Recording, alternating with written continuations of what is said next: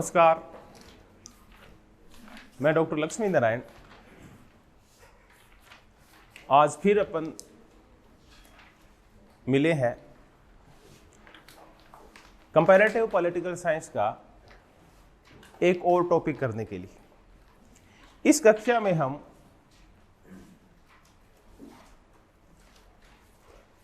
दबाव समूह pressure group की चर्चा करेंगे कि दबाव समूह होते क्या हैं, ये कितने प्रकार के होते हैं, इनका कार्य क्या है, इन सब की हम चर्चा करेंगे।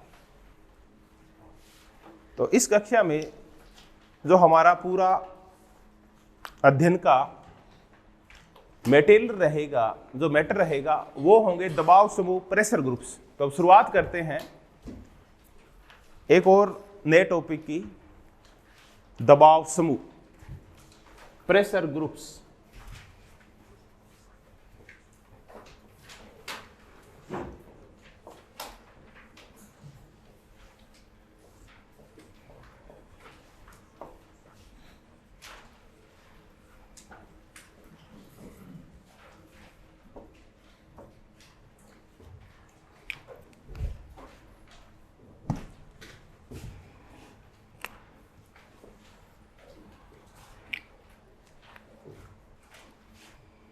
देखिए, दबाव, पहले मुद्दा यहीं से शुरू करते हैं कि दबाव होता क्या है। देखिए, कई बार तो बातों से भी दबाव आ जाता है। एक आपने सुना होगा कि चलते चलते और लड़कियां रूठ जाती है चलते चलते ही। फिर मैंने पता किया कि इन पे कौन सा प्रेशर आता है कि रूठ क्यों जाती है। तो मैंने ये देखा कि धर्मेंद्र एक डायलॉग मारता है एक फिल्म में कि औरतें जब रूठ जाती है तो और ज्यादा क्या लगती है, सुंदर लगती है। तो ये दबाव है, उनके ऊपर है ना, सौंदर्य का दबाव।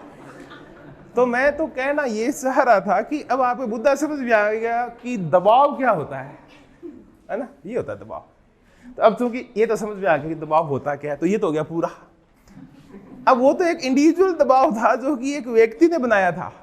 हम तो उस दबाव की चर्चा करेंगे जो कौन बनाते हैं, समूह बनाते हैं। तो आज हम ऐसे ही दबाव समूहों की चर्चा करेंगे। देखिए, बहुअर्थी शब्द है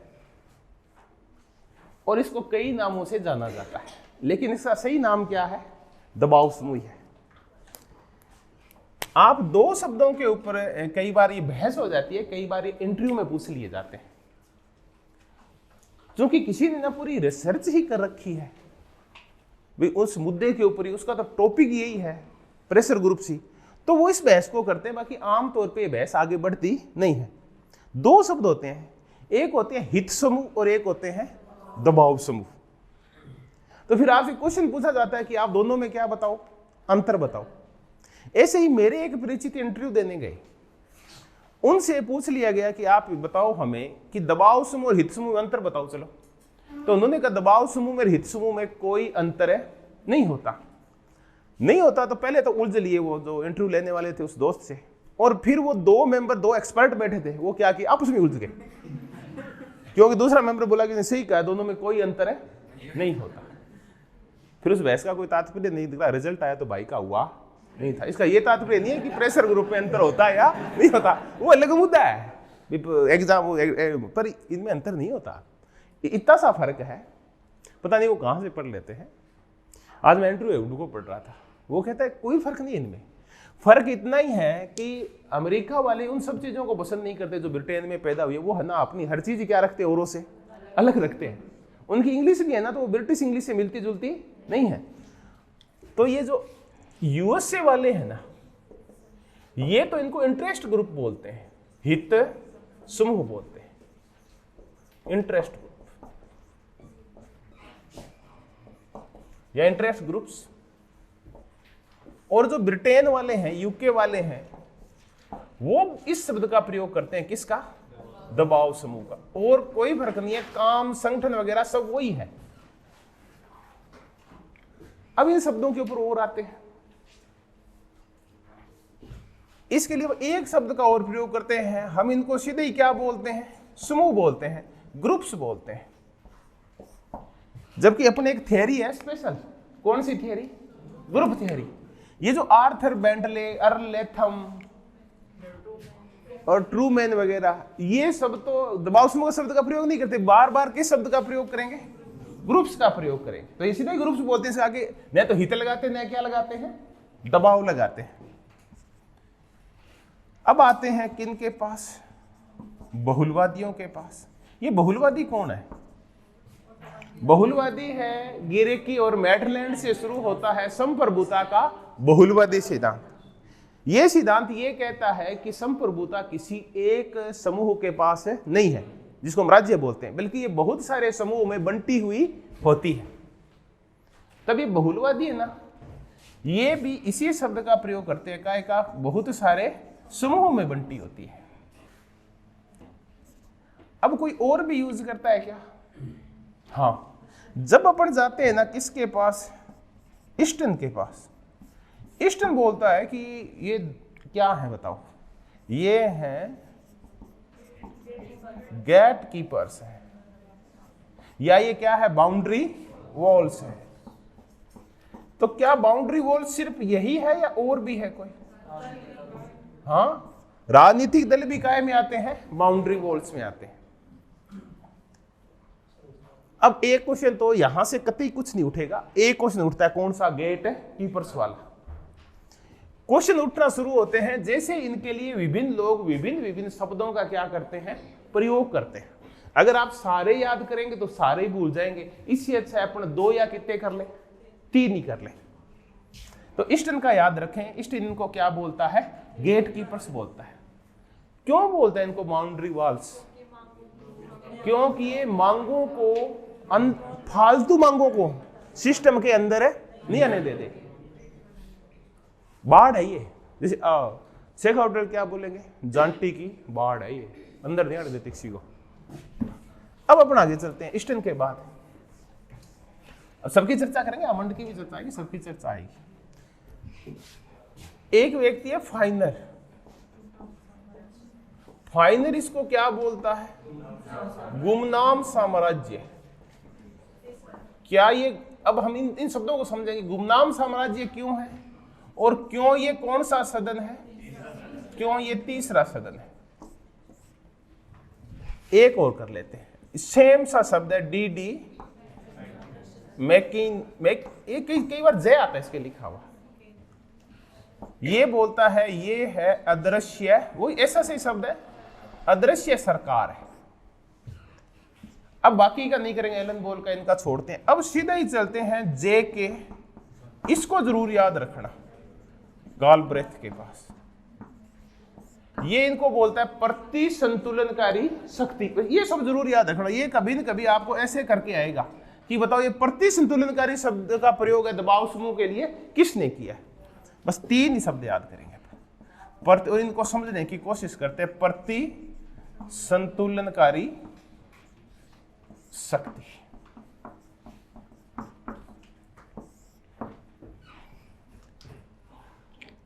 गुमनाम साम्राज्य। क्यों होते हैं दबाव समूह गुमनाम साम्राज्य? अपन नहीं करेंगे। अब कोई दबाव समूह का कतई कोई तस्वीर नहीं बनाएंगे। अपन तो एक तस्वीर बनाते हैं जाति की। क्या बनाते हैं? जाति की तस्वीर बनाते हैं। जाति की तस्वीर बना के और गुजरों को कितने % आरक्षण देते हैं? अपन 5% आरक्षण देते हैं। चलिए देते हैं अपन। अब अपन कहते हैं कि ये जो सारा काम है ना, ये विधायिका का है। कानून बनाना, किसी को आरक्षण देना और संसाधनों का वितरण करना, पदों का वितरण करना, गरिमा का वितरण करना, ये काम कौन करती है? विधायिका करती है। कौन कहता आ रहा है? कब से कौन कह रहा है? अरस्तु कह रहा है। ये काम किसका है? विधायिका का है। लेकिन क्या विधायिका ने गुजरों को आरक्षण दिया था कि ये जाति थी जिसने, एक समूह था जिसने दबाव बनाया था? उसने दबाव बनाया था। तो बहुत सारे समूह है ना, ये काम होता है सरकार का, लेकिन सरकार नहीं करती। पीछे से काम कौन करते हैं? समूह करते हैं। ये दबाव समूह है ना, ये समूह दबाव बनाते हैं। बीजेपी है, क्या इसके सारे जो निर्णय हैं सरकार के वो स्वायत्त और स्वतंत्र है या किसी विशिष्ट समूह के संचालित होते हैं? एक विशिष्ट समूह से संचालित होते हैं, जिसके लिए हम कहते हैं संसार का ये सबसे बड़ा संगठन है, वो है आरएसएस। स्वायत्त सरकार नहीं होती है, उस समूह के द्वारा संचालित सरकारें, वो नहीं तो कुछ और भी उसके समय वो संचालित करते हैं उसको। उनका खुद का एक मजदूरों का समूह है, वो भी तो चलाता है उसको, व्यापारियों का समूह है वो चलाता है, ये सब पीछे के समूह होते हैं। तो ये कैसे साम्राज्य होते हैं? गुमनाम चलाते यही है। अपने देश की अधिकांश राजनीति, केंद्रीय राजनीति का वर्तमान संचालन है ये अप्रत्यक्ष रूप से धर्म के समूह कर रहे हैं, और राज्यों की राजनीति कौन चला रहे? जातीय समूह चला रहे। तो ये दिखते नहीं है, अपने को सरकार दिखती है काम करती हुई, लेकिन चलाता उसको कोई और है। अब आमतौर पे कितने सदन होते हैं? 2 सदन होते हैं। हम इनको तीसरा सदन क्यों बोलते हैं? ये इसलिए बोलते हैं कि सदन का काम क्या होता है? कानून बनाना। तो 2 सदन तो दिखाने के लिए होते हैं, काम कौन सा सदन करता है? तीसरा। यहां बनते हैं वास्तविक कानून, तो उनका काम तो सिर्फ ठप्पा लगाना बचता है। धर्म और जातियां मिलके अपने देश में सारे कानूनों की पृष्ठभूमि तैयार करती है। फिर लोकसभा राज्यसभा करती क्या है? 2 सदन वो क्या करते हैं? वो उस मुद्दे को सिर्फ क्या करते हैं? कानूनी और वैधानिक रूप देते हैं, और कुछ नहीं करते वो। तो ये कौन से सदन कहते हैं? इनको तीसरा सदन कहते हैं। यानी कानून यही बनाते हैं, पीछे से यही है ना, सारी वो प्रेशर बनाते हैं, माहौल को तैयार करते हैं, सरकार सिर्फ उनकी बातों को मान लेती है। ये तीसरा सदन है। अब कौन सी सरकार है? बस वही मुद्दा आ गया ना, गुमनाम साम्राज्य बोले या क्या बोलो इनको, अदृश्य। ये सरकार यही है, काम सारे यही करते हैं, लेकिन ये दिखते नहीं। दिखते मतलब सब कानून ये नहीं बनाते, लेकिन कानून के कहां रहते हैं? ये पीछे। सरकार इनके हाथों की क्या है? कठपुतलियां। अब आ गया गालब्रेथ। ये क्या है? प्रतिसंतुलनकारी शक्ति है। प्रतिसंतुलन कैसे बनाती है ये? अब इनको कई तरीके से समझना होगा कि कैसे दबाव समूह प्रतिसंतुलनकारी शक्ति है। नंबर 1, ये बहुत ज्यादा किसको नहीं होने देते? सरकारी व्यवस्था को ज्यादा हावी ये नहीं होने देते। जैसे ही सरकार कुछ करने लगती है, कुछ ऐसे काम करने लगती है कि उससे न सारे नागरिक प्रभावित होते हैं, तो ये फिर किस पे बना देते हैं? सरकार पे क्या बना देते हैं? दबाव बना देते हैं। तो जिसको हम बोलते हैं राज्य की शक्ति, उसको सीमित करने का काम कौन करते हैं? दबाव समूह। अपन फिर चलते हैं, नहीं समझ में आ रहा। कांग्रेस पार्टी तो बहुत बाद में बनी थी, उससे पहले बताओ क्या थी? वो एक दबाव समूह थी। और अंग्रेज जब भी कोई काला कानून लेके आते थे तो उसमें वो क्या बना देती थी? उसका विरोध करती थी और संतुलन का निर्माण करती थी। तो ये जो, इसलिए गालब्रेथ बोलता है कि ये क्या है? प्रतिसंतुलनकारी शक्ति है। सरकार जैसे ही शक्ति का पलड़ा अपने पक्ष में झुकाने लगती है, वैसे ही ये क्या बना देते हैं? सामने से दबाव बना देते हैं। तो अब क्या हो गया है? जैसे संतुलन बिगड़ा, उन्होंने क्या किया? प्रतिसंतुलन बना दिया। अब आप किसानों के जो दबाव समूह है, जो 14-15, जो एक होकर कहां धरना दे रहे हैं? दिल्ली में। बताओ ये कर क्या रहे हैं? ये सरकार की बढ़ी हुई शक्ति को क्या कर रहे हैं? संतुलन कर रहे हैं, और कुछ नहीं कर रही है। अब क्या ये सिर्फ सरकारी शक्ति को संतुलित करते हैं? एक दूसरे को भी संतुलित करते हैं। ये हो रहा है, ये एक दूसरे की शक्ति को भी क्या करते हैं? संतुलित करते हैं। जैसे ही पूंजीपतियों के समूह सरकार के नजदीक होकर और खुद के हितों में जब काम कराने लगते हैं, तो सामने से कौन से समूह खड़े हो जाएंगे? मजदूरों के समूह। जैसे ही कुछ सामंतों के समूह किस पे दबाव बनाएंगे? सरकार के ऊपर। तो सामने से कौन से समूह खड़े हो जाएंगे? किसानों के समूह खड़े हो जाएंगे। तो ये एक दूसरे को भी, समाज में एक दूसरे की शक्ति को भी संतुलित करते हैं, और साथ में कौन सी शक्ति को? हाँ, काउंटर करते हैं, सरकारी शक्ति को भी रोकते हैं ये। इसलिए गालब्रेथ ने इनको क्या कहा है? प्रतिसंतुलनकारी शक्ति है। तो ये 3 शब्द है, ये हेर फेर के साथ आ सकते हैं, क्योंकि ये क्वेश्चन बहुत ही बार आया हुआ है। ये भी आ जाता है, कम कौन सा आता है ये, तो इसको ध्यान रखना। कौन बोलता है इनको प्रतिसंतुलन? हाँ, जे.के. गालब्रेथ इनको प्रतिसंतुलनकारी शक्ति बोलता है।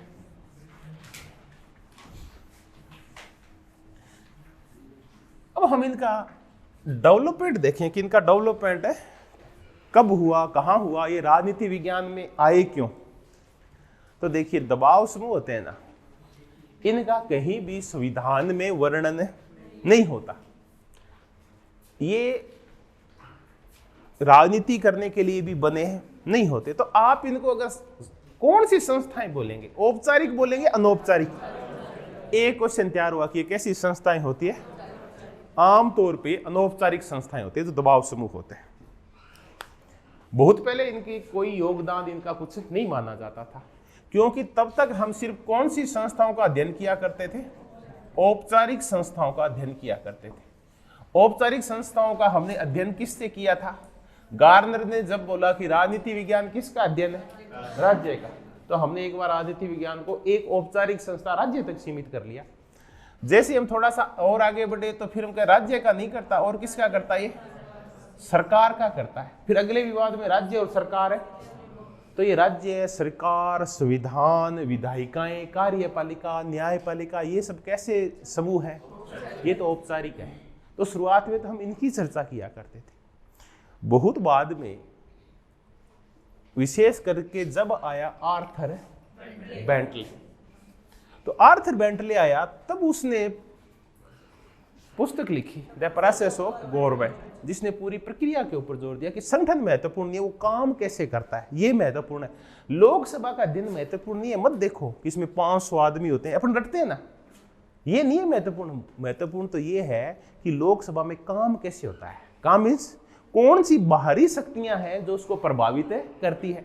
आप तो क्या संविधान पढ़ते हो कि उसमें ना बहस होती है, इतने प्रकार के क्वेश्चन उठते हैं, ऐसे ऐसे करके प्रोसेसिंग चलती है, और एक दिन फिर ये कहा जाए चलो भी कानून तैयार हो रहा है, हाथ खड़े करो, कौन इसके पक्ष में और कौन है विपक्ष में। अगर 273 आदमी एक साइड हो गए तो काम हो गया, और वरना कानून के ऐसे थोड़ी होता है। कानूनों की पूरी पृष्ठभूमि कहाँ से तैयार होकर आती है? धर्म से, जातियों से, एनजीओ से, व्यापारियों से, पता नहीं कौन कौन प्रेशर बनाता है। इनके पीछे की शक्तियों को समझने की कोशिश कर रहा था कौन? Arthur Bentley. अब आर्थर बेंटले ने कोशिश की, लेकिन वो उस टाइम कामयाब नहीं हो पाया। तो हम देख रहे हैं कि वो कामयाब नहीं हो पाया। फिर दोबारा एक और पलटी खाई 1945 में। एक नया विज्ञान आया, आधुनिक विज्ञान आया, राजनीति विज्ञान। क्या आया? व्यवहारवाद आया। इस व्यवहारवाद ने फिर अनौपचारिक संस्थाओं का महत्व उजागर किया, क्योंकि जैसे हम व्यवस्था शब्द बोल देते हैं तो व्यवस्थाओं में इसने कहा कि अब औपचारिक संस्थाओं से काम नहीं चलेगा, आपको कौन सी संस्थाएं करनी पड़ेगी? इन अनौपचारिक संस्थाओं के लिए डेविड ह्यूस्टन ने एक शब्द का प्रयोग किया करता है, पैरा पॉलिटिकल सिस्टम।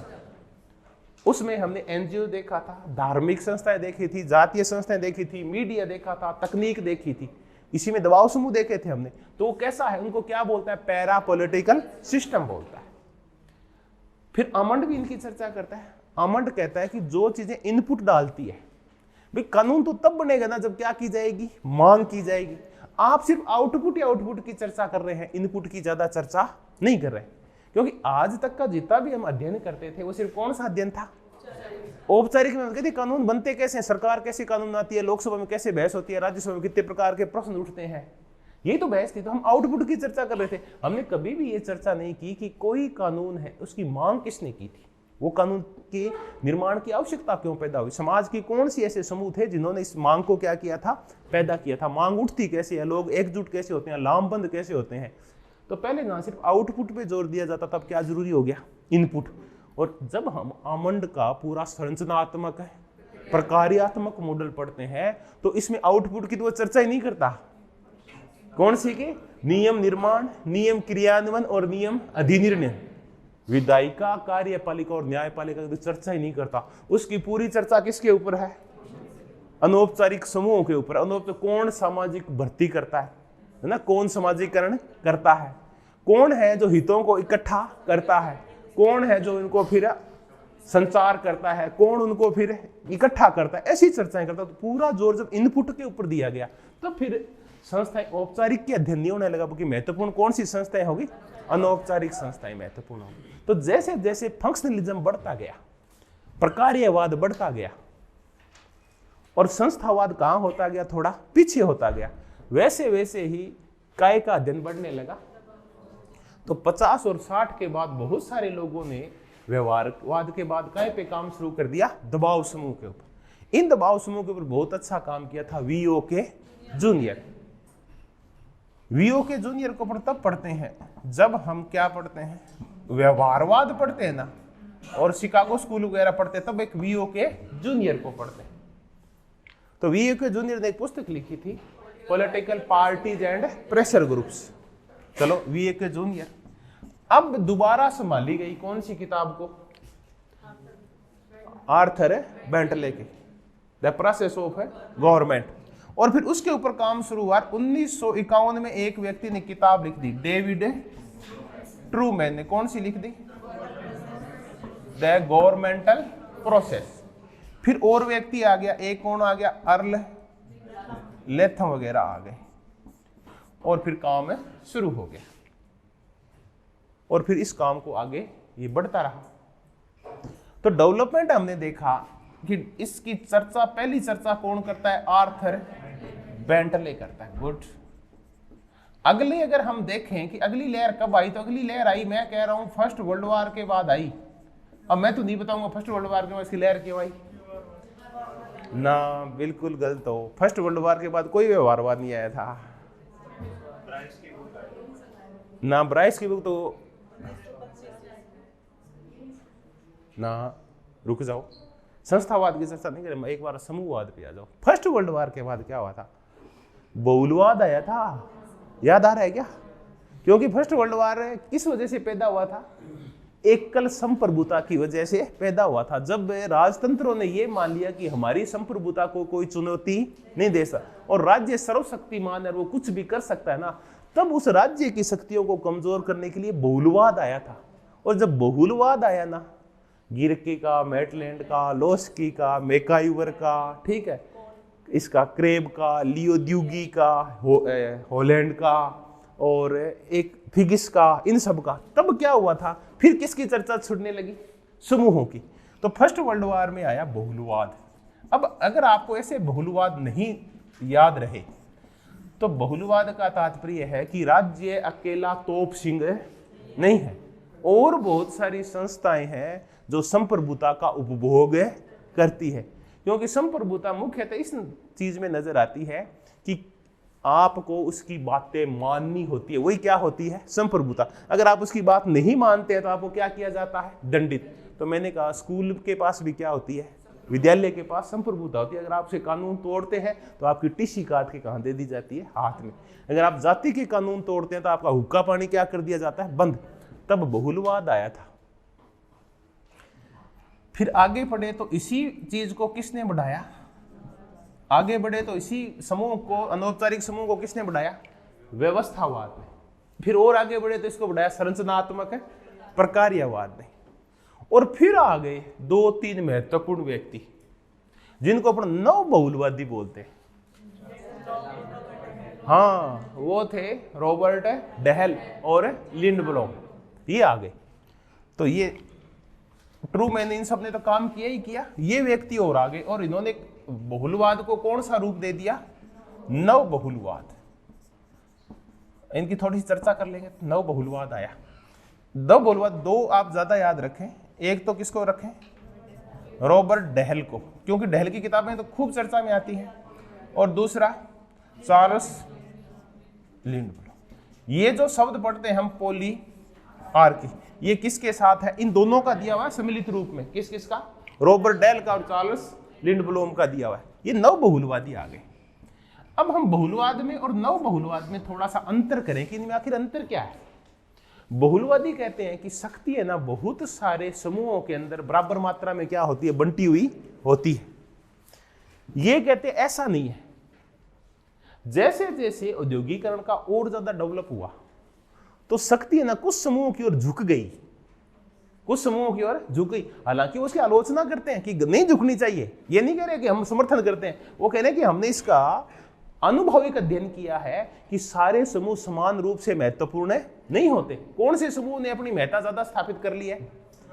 पूंजीपतियों के और व्यवसायियों के समूह है ना, उन्होंने अपनी प्रभुता स्थापित कर ली है।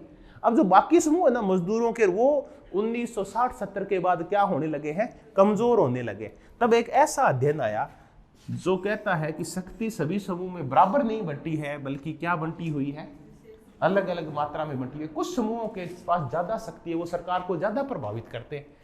अपने यहाँ व्यापारी ज्यादा प्रभावित करते हैं, किसान ज्यादा प्रभावित करते हैं ना। व्यापारी झुकी हुई है ना शक्ति, सरकार एक तरफ झुकी हुई है, तो शक्तियां बराबर नहीं बंटी हुई। तो उनको हम क्या बोलते हैं? नव बहुलवादी बोलते हैं। एक छोटी सी और चर्चा करें। कौन है? रॉबर्ट डेल और लिंडब्लॉम। हम देख रहे हैं कि इन सब का संबंध किससे है? ये समूह की राजनीति करते हैं सारे के सारे। बहुलवाद, बहुलवाद का कहते ही समझ जाओ कि बहुत सारे क्या है, समूह है। बहु मतलब बहुत सारे। अब एक और शब्द की चर्चा कर लेते हैं, नव व्यक्तिवाद, नियो इंडिविजुअलिज्म। नव व्यक्तिवाद क्या है? तो अब थोड़ा सा तब तक समझ में नहीं आएगा जब तक अपन एक कौन सी टर्म और नहीं करें, व्यक्तिवाद नहीं करें। तो अपन क्यों अकेला व्यक्तिवाद क्यों करें और अकेला नव व्यक्तिवाद क्यों करें? हम ना कुछ शाब्दिक हेर फेर देखते हैं। तो मैंने कहा कि इसकी शुरुआत आर्थर बेंटले से हुई थी। अब आप ना एक दिमाग में, ये कोई क्वेश्चन वाला मुद्दा नहीं है, एक व्यापक समझ के लिए है ये सारा मुद्दा, कि आर्थर बेंटले से समूहों की चर्चा शुरू हुई। दो चीजें महत्वपूर्ण होगी, एक समूह और एक चलने वाली प्रोसेस, की प्रोसेसिंग कैसे होती है, काम कैसे चलता है, कोई काम होता कैसे, नंबर एक। फिर से फर्स्ट वर्ल्ड वॉर के बाद कौन आ गए? बहुलवादी आ गए, उन्होंने समूहों को महत्व दिया। फिर सेकंड वर्ल्ड वॉर होते क्या आ गया? व्यवहारवाद आ गया। अब ये बताओ, डेविड ट्रूमैन कौन है? व्यवहारवादी है। इसने 51 पुस्तक लिख दी। 53 तक आते आते व्यवस्था सिद्धांत आ गया, वो खुद बल दे रहा है, गेट कीपर कह रहा है, दबाव समूह की चर्चा कर रहा है। उसके थोड़े समय बाद 6 साल बाद 7 साल बाद क्या आ गया? संरचनात्मक प्रकार्यात्मक मॉडल आ गया। तो उसके बाद उनका और डेवलपमेंट हो गया। फिर ये रॉबर्ट डेल कौन है? नवबोलवादी है। वैसे है कौन? व्यवहारवादी है ये। तो व्यवहारवादियों ने ना इसको ज्यादा बढ़ावा दिया। किस मुद्दे को? ये तो ये ना बहुत पुराने समय से राजनीति में नहीं है, ये राजनीति में कब आए हैं? 50 और 60 के दशक में ज्यादा आए हैं। पहले इनकी चर्चा नहीं होती राजनीति विज्ञान में, ये तो बहुत बाद का मुद्दा है ये। आज अब अपना 3 शब्दों को समझने की कोशिश करते हैं। एक है व्यक्तिवाद, एक है नव व्यक्तिवाद, और एक है समग्रवाद। अब इसके एक शब्द लगा देता हूं मैं, पद्धतिगत व्यक्तिवाद और पद्धतिगत समग्रवाद। मैथडोलॉजिकल इंडिविजुअलिज्म, पर इसकी इंग्लिश करेंगे तो क्या निकलेगी? Methodological holism.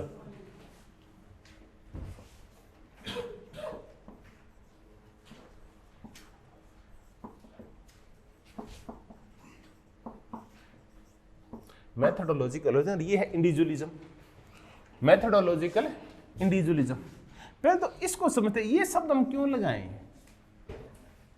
व्यवहारवादियों ने किया गया था, व्यवहार पर बल दिया था। एक और बहुत ही घटिया काम किया था, भारी भारी शब्दावली का निर्माण किया था।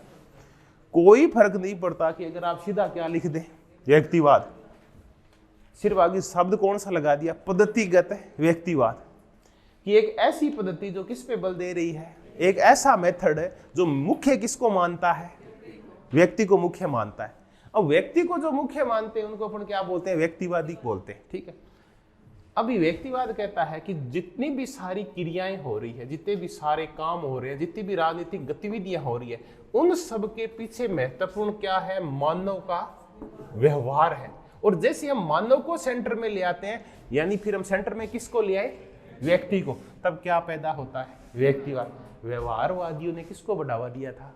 अगर टिपिकल क्वेश्चन आए तो उन्होंने बढ़ावा दिया था पद्धतिगत व्यक्तिवाद को, कि मानव का व्यवहार महत्वपूर्ण है। इसकी तरफ देखो कि ये व्यवहार क्यों करता है, कैसे करता है, किस लिए करता है। तो मानव व्यवहार, तो ये तो है पद्धतिगत व्यक्तिवाद। अब आते हैं पद्धतिगत समग्रवाद। ये व्यक्ति को महत्वपूर्ण नहीं मानते, बल्कि समस्त चीजों को क्या मानते हैं? एक पूरी व्यवस्था को महत्वपूर्ण मानते हैं। तो व्यक्तिवाद का उल्टा क्या होता है?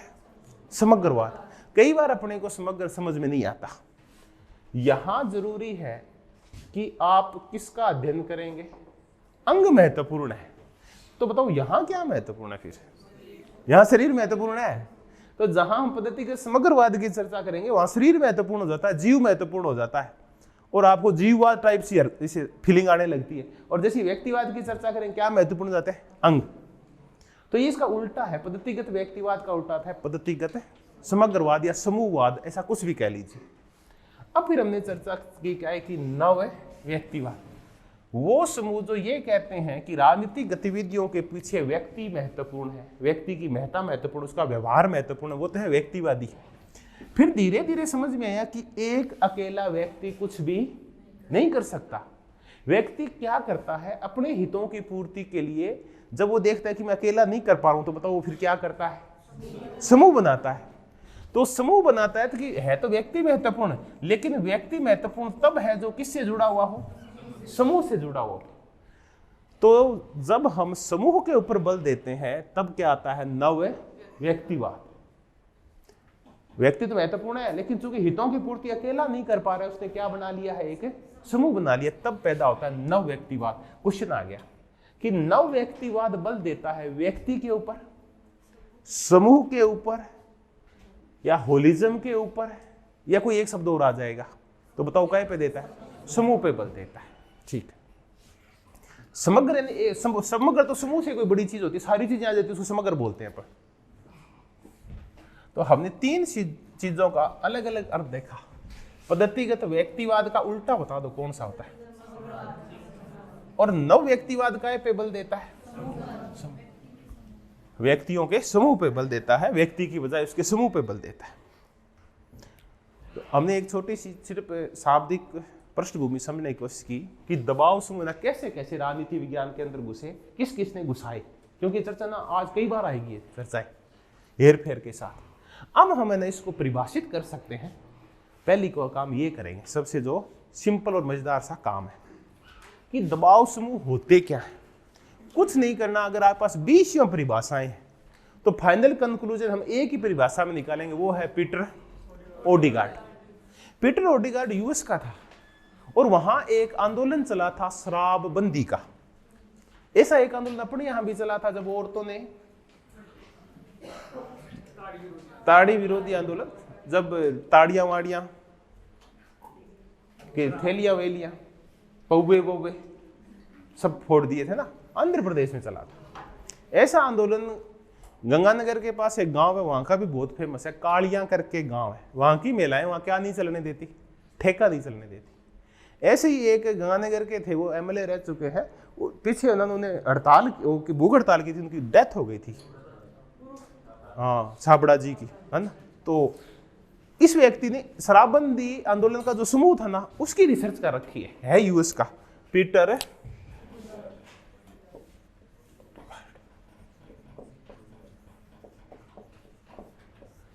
ओडिगार्ड कहता है कि दबाव समूह क्या है, एक औपचारिक संगठन है। चलिए जी, एक औपचारिक संगठन है, समझ में आ गया, एक परिभाषा हो गई, इसके अंदर एक तत्व हो गया इसका महत्वपूर्ण। इस औपचारिक संगठन के कई हित होते हैं। जब हित समझ में नहीं आते तो अपन क्या कह लें, कई स्वार्थ होते हैं, इसके कई स्वार्थ होते हैं। इन स्वार्थों की पूर्ति के लिए वो सरकार को या किसको प्रभावित करते हैं, प्रशासन को प्रभावित करते हैं, उनके ऊपर क्या बनाते हैं, दबाव बनाते हैं, तब बनते हैं दबाव समूह।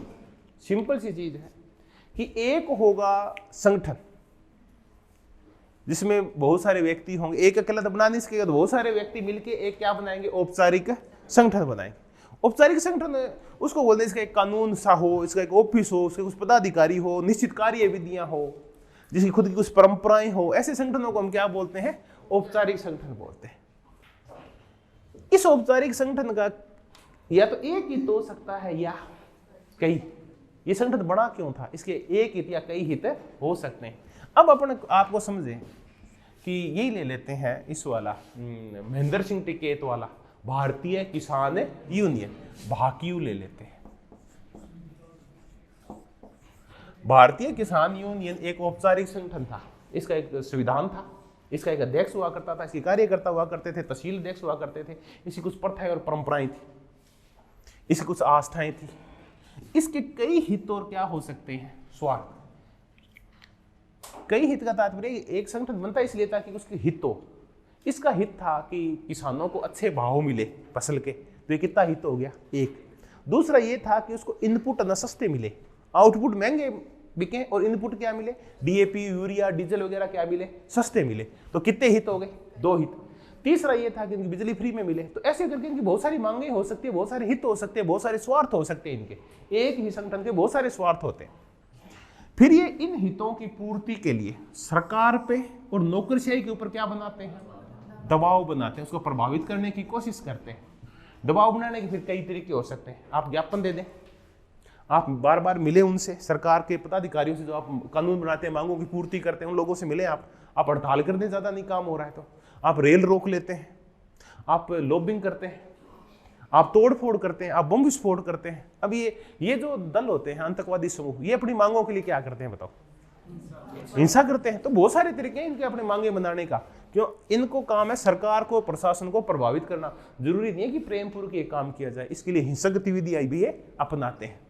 तो पीटर ओडेगार्ड कहता है अब सारी चीज आगे ये होता है, संगठन, उस संगठन के हित और हितों की पूर्ति कौन करेगा, तो इन पे क्या बना हुआ दबाव। तब एक क्या पूरा हो गया, दबाव है समूह हो गया।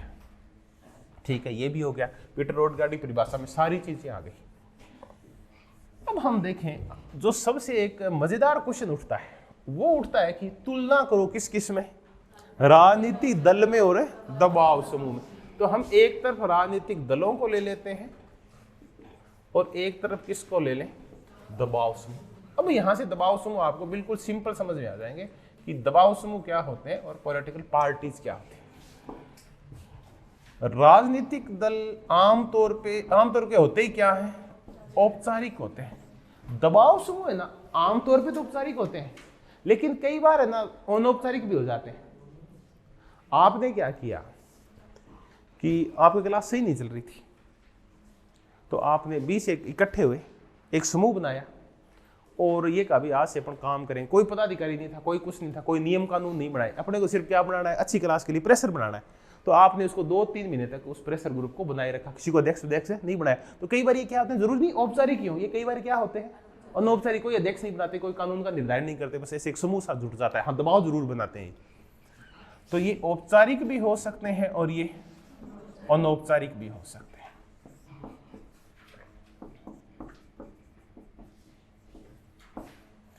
अब एक अंतर देखें, राजनीतिक दल प्रत्यक्ष रूप से किससे जुड़े होते हैं, सत्ता से जुड़े होते हैं, और प्रत्यक्ष रूप से वो क्या करते हैं, राजनीति करते हैं। दबाव समूह है ना, राजनीति से तो जुड़े होते हैं पर किस रूप में, अप्रत्यक्ष रूप में। ये राजनीति ये भी करते हैं, मानते नहीं है ये। तो अपन एक बार सत्ता छोड़ते हैं, किसको करें, राजनीति। ये प्रत्यक्ष राजनीति करते हैं और ये अप्रत्यक्ष राजनीति करते हैं। हमें तो दलों का पता है, वे दल चुनाव भी लड़ेंगे, सारे काम करेंगे। ये अप्रत्यक्ष राजनीति कैसे करते हैं, ये राजनीति करते हैं लेकिन कहते नहीं है कि हम क्या करते हैं, राजनीति। सबसे पहले ये किसी भी दल को वहां से शुरू होते हैं जब उसको क्या दे देते हैं, चुनावी चंदा देते हैं। बहुत सारे समूह, व्यापारियों के समूह, कई किसानों के समूह भी है, मजदूरों के समूह अपने लोगों को चंदा देते हैं। अब मैं तो कैसे चुनावी चंदा देते हैं, सुभाष जी गर्ग एक मंत्री है, तो चूंकि वो ना पहले इसमें हुआ करते थे हायर एजुकेशन के अंदर, तो उन्होंने चुनाव लड़ाना, तो शिक्षकों ने उनकी क्या की थी, मदद की थी। भाई वो भी शिक्षक रहे हैं पहले कॉलेज में, तो उनकी मदद की जाए। तो कुछ संगठन अपने समूह है ना, वो अपने लोगों की क्या करते हैं, मदद करते हैं। नंबर 1, चुनावी चंदा नहीं देते, एक काम और करते हैं, ये किसको प्रभावित करते हैं, टिकट वितरण को प्रभावित करते हैं कि आप इनको टिकट देना, टिकट वितरण को प्रभावित करते हैं। टिकट वितरण को प्रभावित नहीं करते हैं जब क्या बन जाते हैं, मंत्री बनाते हैं, तब ये दबाव बनाते हैं कि हमारे लोगों को क्या बनाया जाए, मंत्री। आपके नहीं जी, ऐसा नहीं होता। क्यों? ये जो जाति क्या है, एक दबाव समूह है। क्या जाति अपने लोगों को चंदा नहीं देती, क्या देती है? क्या कहती है, हमारे लोगों को क्या दो, टिकट दो। अगर नहीं मिलती है ना, अगर ये बैलेंस गड़बड़ा देती है ना कई बार बीजेपी और कांग्रेस, तब राजस्थान में ना जाट गुजर और मीणा और ये सब हल्ला मचाने लगते हैं, हमारी टिकटें कहाँ भाई। फिर ये क्या कहती है, हमारे बंदे को क्या बनाओ, मंत्री बनाओ। फिर ये ना और एक काम करते हैं, चुनाव प्रचार करते हैं। चुनाव दबाव समूह चुनाव प्रचार भी करते हैं। अब मैंने बहुत बार देखा है कि एक ना कोई अखिल क्या पता कौन सी है, वो जाट मास, उसका अध्यक्ष है राजा राम मील, वो ना पहले ना अपीलें जारी किया करता था कि अपने ना फलानी पार्टी की तरफ है, बाद में सब लोगों ने कहा नहीं हम सब स्वतंत्र है, लोकतंत्र में हम किसी भी समूह के अंडर में नहीं है, हम फ्री राइडर्स हैं, क्योंकि हम हेक के, नोजिक के और किसके आदमी है, फ्रीडमैन के आदमी है, हम राजा राम के आदमी नहीं है। तो उन्होंने फ्री राइडर्स की मान लिया, तब वो नहीं मानते बात, लेकिन शुरू में ऐसा कुछ था। तो ये क्या करते हैं, चुनाव प्रचार भी करते हैं। तो देखिए राजनीति तो करते हैं ये, लेकिन कैसी करते हैं, कभी इनके लिए कहते हैं कि ये रोटी खाना भी चाहते हैं और बचाना भी चाहते हैं, राजनीति करते भी हैं और राजनीति से दूर भी रहते हैं। ये तो अब अप्रत्यक्ष राजनीति करते हैं। अब सबसे बड़ी बात कि इनका उद्देश्य क्या होता है बताओ, सत्ता प्राप्ति। इनका उद्देश्य कभी भी सत्ता प्राप्ति नहीं होता। ये क्या लड़ते हैं, चुनाव लड़ते हैं, लेकिन कभी भी दबाव समूह चुनाव है ये तो लड़ाते हैं। और देखें इसमें ना इनका आकार क्या होता है, राजनीतिक दल का आकार बहुत ही बड़ा होता है। एक राजनीतिक दल में बहुत सारे क्या होते हैं, दबाव समूह आ सकते हैं।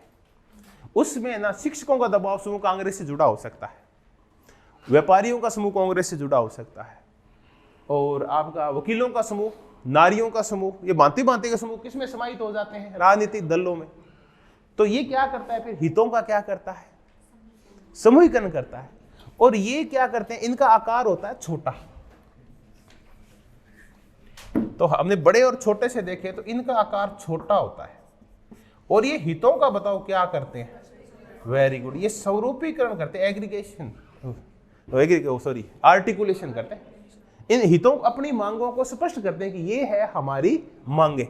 तो ये फिर क्या करते हैं, ये तो हितों को इकट्ठा करते हैं, ये करते हैं हितों का समूहीकरण, और वो करते हैं हितों का, ये बातें कौन बोला कि ये हितों का समूहीकरण करते हैं, हितों का समूह। आमंड अपने संरचनात्मक प्रकार्यता मॉडल में 4 इनपुट बताता है, 4 प्रकार ये बताता है, समाजीकरण और भर्ती, फिर दूसरे नंबर पे हितों का स्पष्टीकरण है, फिर हितों का समूहीकरण, और फिर आखिर में राजनीतिक संचार है। उसमें ये कहता है कि ये दल तो हितों का समूहीकरण करते हैं और ये हितों का स्पष्टीकरण करते हैं। अब एक और देखते हैं, एक व्यक्ति एक ही राजनीतिक दल से जुड़ा होता है, जबकि एक व्यक्ति के बहुत सारे हित होते हैं, इसलिए दबाव समूह के कहते होते हैं, बहुत सारे दबाव समूह का होता है वो।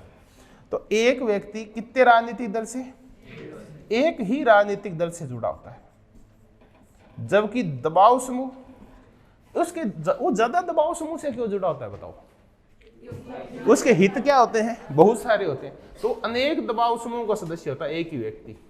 कि आप कहते हैं ये मतलब आदमी धोखेबाज है, नहीं, धोखेबाज नहीं है, औरतें भी होती है। आदमी कहते हैं यहाँ क्यों ऐसे झलकने लगता है कि जैसे पुरुषों की चर्चा, इसलिए मैं सबकी चर्चा कर रहा हूं। अब चलते हैं, एक शिक्षिका है तो अपने लैंगिक हितों की पूर्ति के लिए वो बताओ कौन से संगठन का सदस्य बनेगी, नारीवादी संगठन का सदस्य बन जाएगी। अब वो शिक्षिका है तो जो अपनी तनख्वाह वाला और बाकी सारे मुद्दे हैं उनमें किसका सदस्य बनेगी, वो शिक्षक संघ की। फिर वो एक जाति से और जुड़ी हुई है तो काय की सदस्य बन जाएगी, जाति की। फिर वो एक धर्म से और जुड़ी हुई है तो काय की सदस्य बन जाएगी, धर्म की।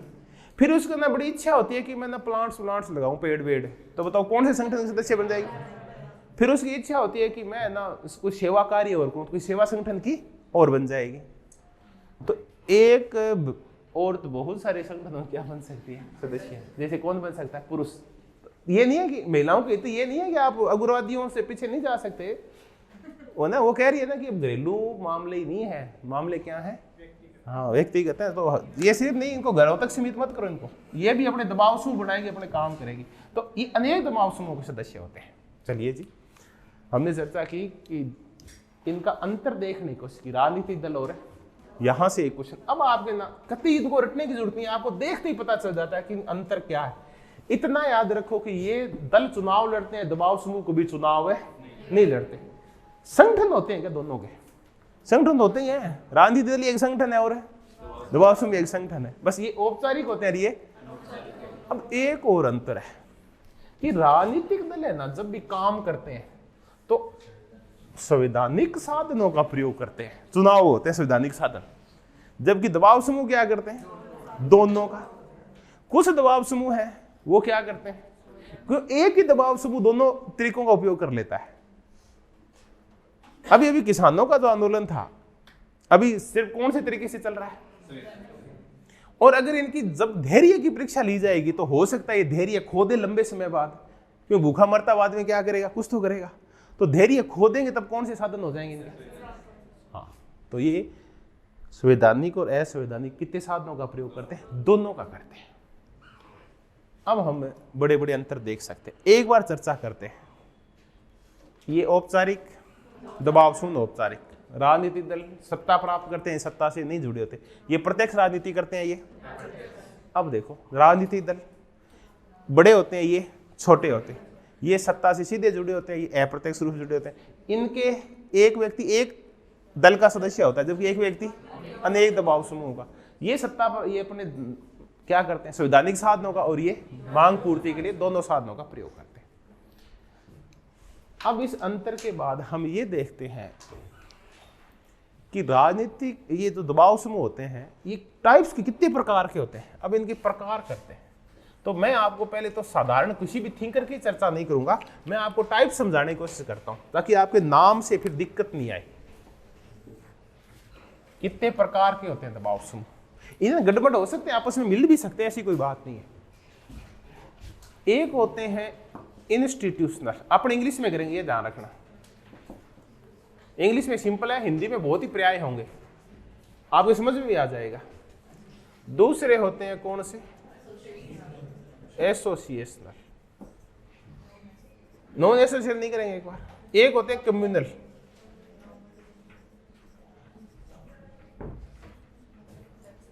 फिर एक है आपके ये आपका जो बोलते हैं प्रमोशनल,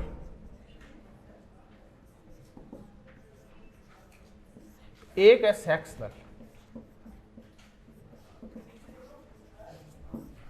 इतने करेंगे, बिल्कुल सिंपल सा शब्द है, अभी रटना नहीं है अपने को, एक बार देखेंगे। इंस्टीट्यूशनल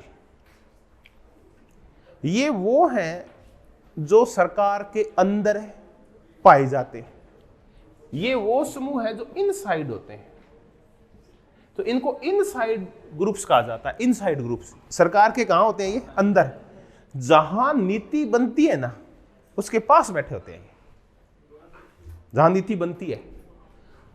तो ये जिसको आप ये कहते हैं ना, नौकरशाहों के जो संगठन होते हैं और किसके, सैन्य अधिकारियों के जो संगठन होते हैं, ये कैसे होते हैं, इंस्टीट्यूशन, यानी इंस्टीट्यूशन के अंदर पाए जाते हैं, ये सरकार के अंदर पाए जाते हैं। वो कौन से होते हैं, इंस्टीट्यूशनल। नौकरशाहों के संगठन, IAS के और सेना के उच्च अधिकारियों के जो संगठन होते हैं वो इंस्टीट्यूशनल होते हैं।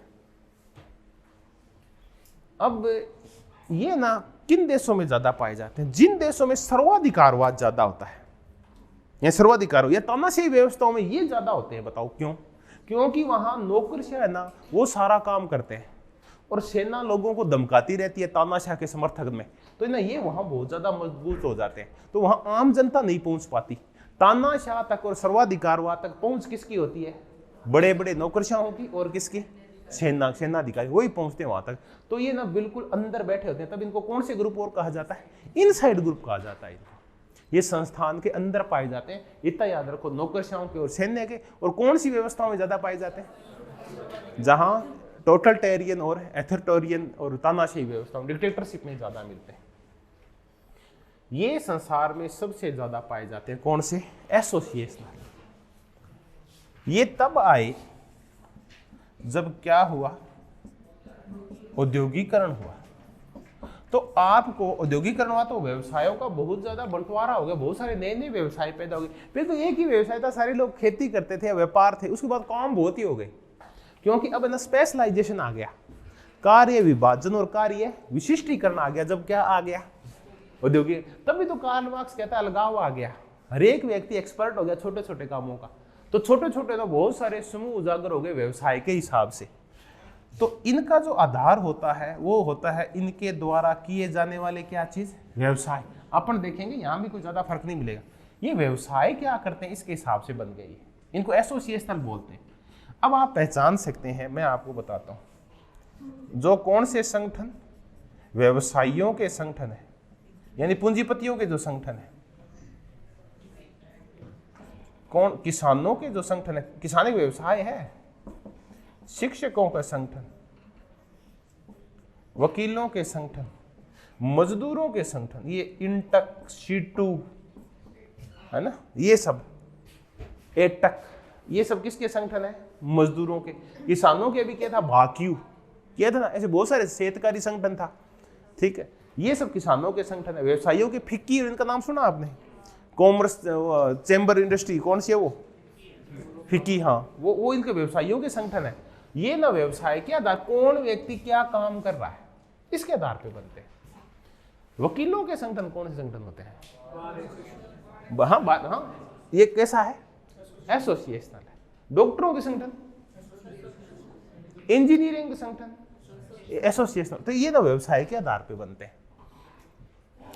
तीसरे कौन से हो गए? ये इनको आपको देखने की, ज्यादा समझने की जरूरत नहीं है। ये वहां पाए जाते हैं जहां क्या होता है? धर्म होता है। जहां क्या होती है? जाति महत्वपूर्ण होती है। ये किस पे बल देते हैं?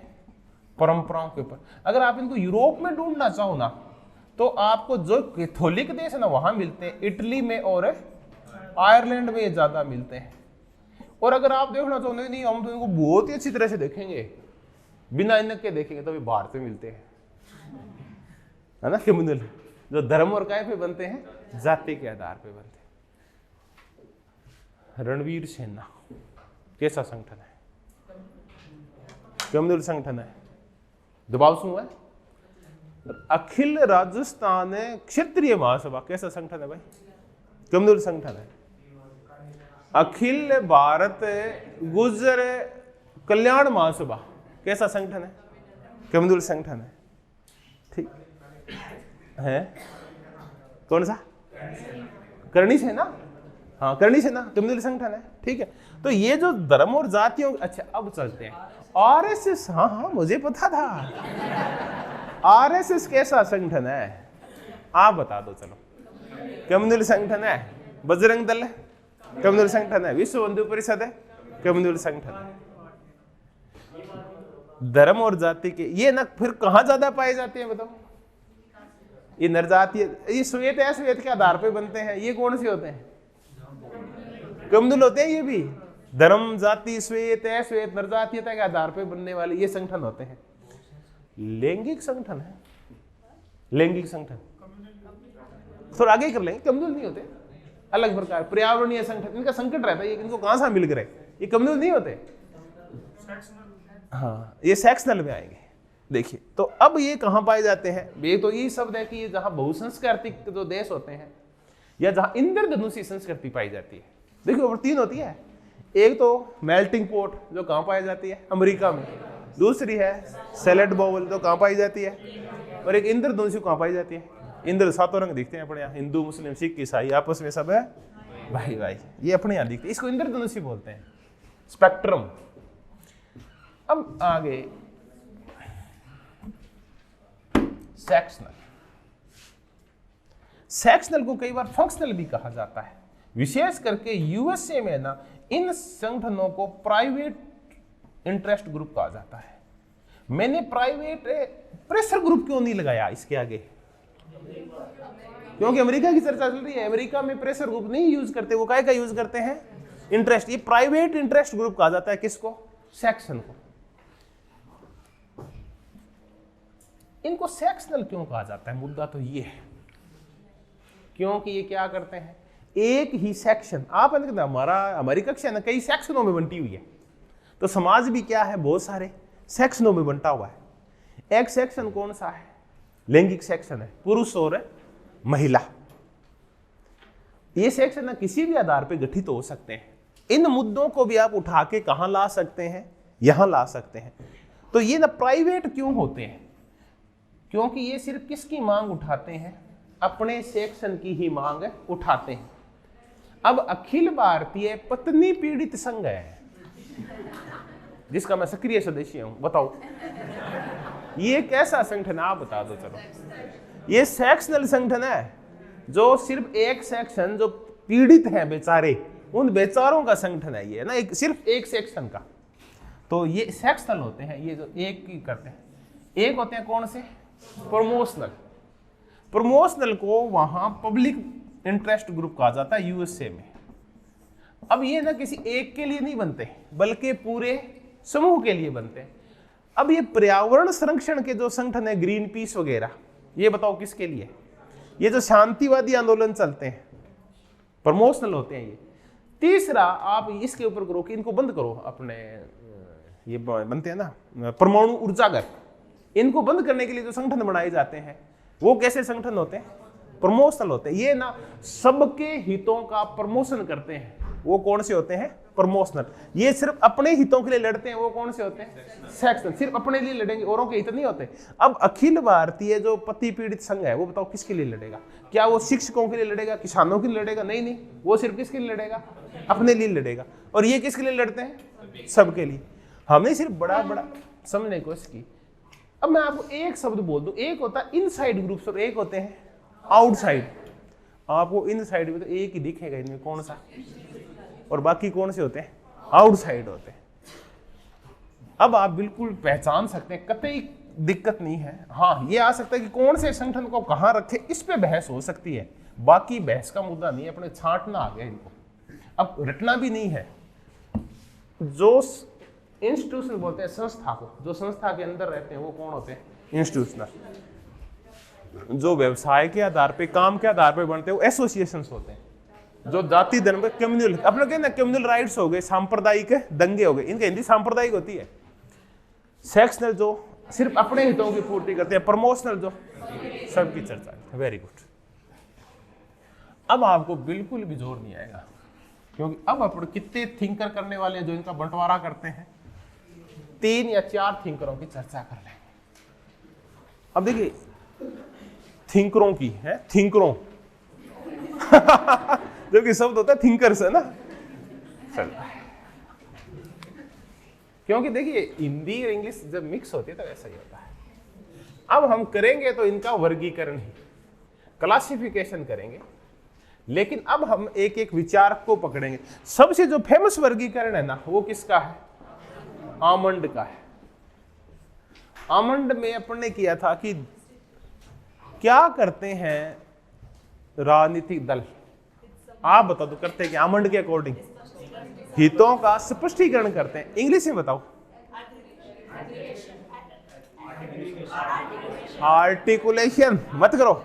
जब एग्रीगेशन आर्टिकुलेशन में फंस जाओ ना तो आपसे कई बार पूछा था आप अपने एग्रीगेट नंबर बताओ, समूह में जोड़ जाड़ के एग्रीगेट टोटल नंबर बताओ। तो टोटल करते हैं ना, तो वो तो करते हैं कौन? दल करते हैं। ये आर्टिकुलेशन करते हैं।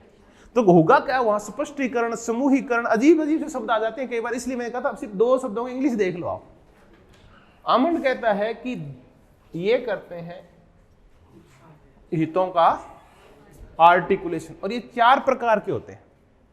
एक बार इनकी सीरीज पूछ ली, वो फिर डिलीट हो गया था क्वेश्चन, तो इनकी कोई सीरीज नहीं है 1 2 3 4 की। अपन को जैसे याद होगा वैसे ही करेंगे। एक होते हैं इंस्टीट्यूशनल, दूसरे होते हैं एसोसिएशनल,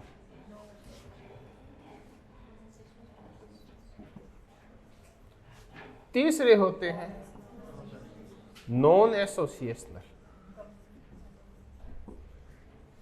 और एक होते हैं कौन से? एनोमिक। बिल्कुल सिंपल है, आप पहचान इनको 2 को तो पहचानते हो, कोई चर्चा नहीं करेंगे। ये 2 उदाहरण दे दो। इंस्टीट्यूशनल कौन से हैं? अंदर पाए जाते हैं, जहां से पॉलिसी बनते हैं उसके पास ही बैठे होते हैं। और तानाशाही व्यवस्था में ज्यादा कौन से? एसोसिएशन, व्यवसाय के आधार पर बने होते हैं। औद्योगिकरण जैसे जैसे बढ़ता गया इनकी संख्या बढ़ती गई। कौन से देशों में ज्यादा मिलते हैं ये? विकसित देशों में, उदार पूंजीवादी देशों में ये कौन से मिलते हैं? एसोसिएशन। फिर आगे कौन से? जिनकी हम थोड़ी सी देर पहले कम्युनल के रूप में चर्चा कर चुके हैं, सांप्रदायिक के रूप में, वो कौन से हैं? नॉन एसोसिएशनल होते हैं। बताओ इनका आधार क्या होता है? हाँ, अब जाति भी हो सकता है, वो धर्म भी हो सकता है, नरजातीयता भी हो सकती है। अब अपन कह रहे थे ना कि बाकी जो समूह नजर नहीं आ रहे इनको कहां रखें?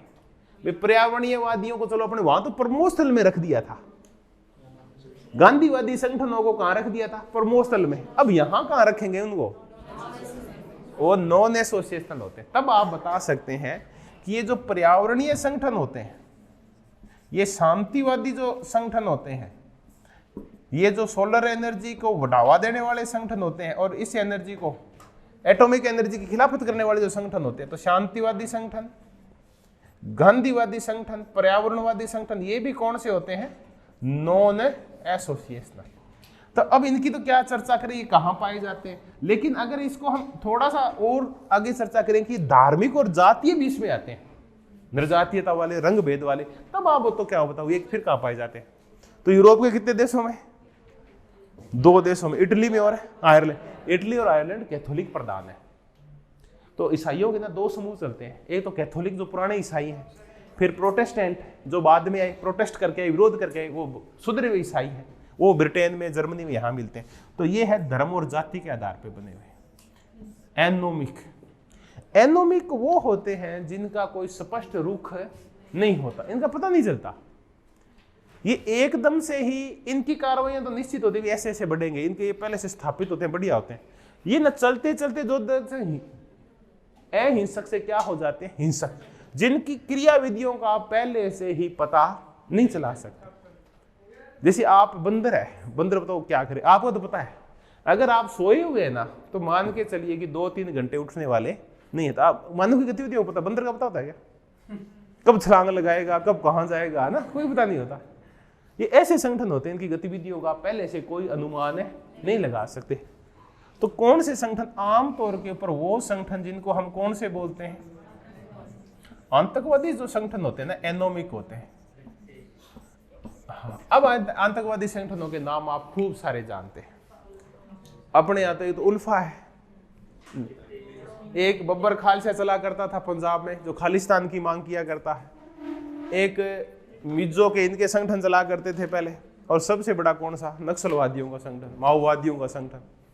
ये सारे संगठन, ये आतंकवादी संगठन है। और वर्ल्ड लेवल के ऊपर खूब सारे हैं, फिर इनकी चर्चा करेंगे जब अपने इंटरनेशनल पॉलिटिक्स पढ़ेंगे। अफगानिस्तान में चलाया बहुत एक बड़ा संगठन चला करता था, कौन सा? अल कायदा।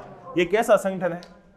एनोमिक संगठन। चलिए, तो हमने कितने, आमंड ने कितने प्रकार के बताए? 4। अब आगे कि छात्रों के संगठन, तो देखिए मैंने लिख दिया होगा।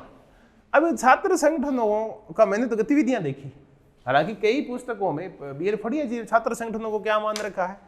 एनोमिक मान रखा है, तो अपने मान लेते हैं। लेकिन ऐसा उलझाने वाला सवाल नहीं आएगा, क्योंकि छात्र संगठन है ना, अच्छे तो इसमें नजर आते हैं काय में, क्योंकि वो पढ़ाई भी क्या है, काम है। तो पर लेकिन कई जगह कहाँ लिखा होता, क्योंकि गतिविधियों का पहले से क्या नहीं होता, पता नहीं होता। तो बीजेपी से जुड़ा हुआ एक छात्र संगठन है एबीवीपी, और कांग्रेस से जुड़ा हुआ है एनएसयूआई, और सीपीआई-एम से जुड़ा हुआ है एसएफआई, और सीपीआई से जुड़ा है आईफा। ये सब संगठन है एनोमिक। तो आतंकवादी संगठन और छात्र संगठन इसमें आते हैं, एनोमिक में। अब क्वेश्चन क्या आएगा? एक तो ये आ सकता है कि आपके ये 4 शब्द लिखे आ जाएंगे, और भारत के संदर्भ में कितने संगठन आएंगे इनके आगे? 4 संगठन आएंगे, 4 दबाव समूह जो बने हुए हैं, वर्तमान में कार्य कर रहे हैं, या कोई भी फेमस हो सकते हो। अब आप इनको क्या करना होगा? मिलान करना होगा। अन्ना हजारे का जो भ्रष्टाचार विरोधी जो मोर्चा था, बताओ वो कौन सा था इनमें? नॉन एसोसिएशनल में आएगा। अब तो आप समझ गए ना, तो ये था मुद्दा। ऐसे ना मिलान करने आ सकते हैं ऐसे संगठन आपके।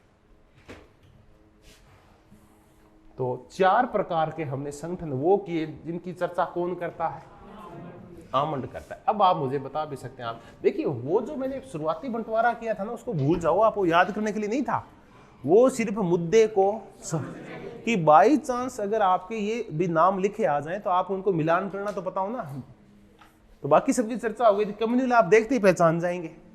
आप 2 में दिक्कत आएगी, प्रमोशनल और सेक्शनल में इतनी दिक्कत आएगी। प्रमोशनल जो सबका प्रमोशन करते हैं, सेक्शनल जो अपने सेक्शन की सोचते हैं और की चर्चा नहीं करते। आमंड के बाद चर्चा करते हैं जीन बलांडेल की।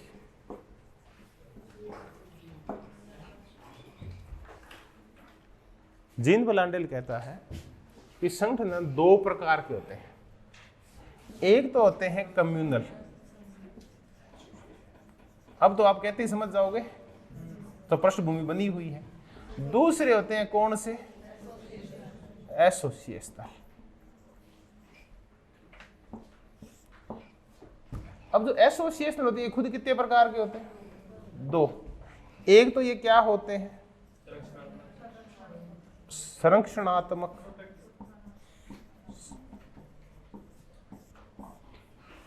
प्रोटेक्टिव। गुड। अब मैं एक शब्द लिख देता हूं प्रोटेक्टिव, और 2 शब्द ये लिखता हूं। देखो प्रोटेक्टिव का अर्थ बता दूं क्या होता है? जो सिर्फ अपने सदस्यों के हितों का प्रोटेक्शन करते हैं, औरों के हितों से उन्हें लेना देना नहीं होता, वो कौन से होते हैं? हाँ, प्रोटेक्टिव। अब मैं 2 संगठन लिखूंगा यहां, आप इनको सेट करोगे। एक है प्रमोशनल और दूसरा है आपका, 2 कराए थे, एक आपको सेक्शनल। अब ये बताओ ये काय में आएगा? प्रोटेक्टिव काय में आएगा? हाँ, आप अपने हितों का संरक्षण कर रहे हैं, आप अपने सेक्शन के हितों का संरक्षण कर रहे हैं, तो इसके पर्याय शब्द है ये। अब एक और है उत्थानात्मक। अब बताओ, प्रमोशनल है, इसकी इंग्लिश क्या होगी?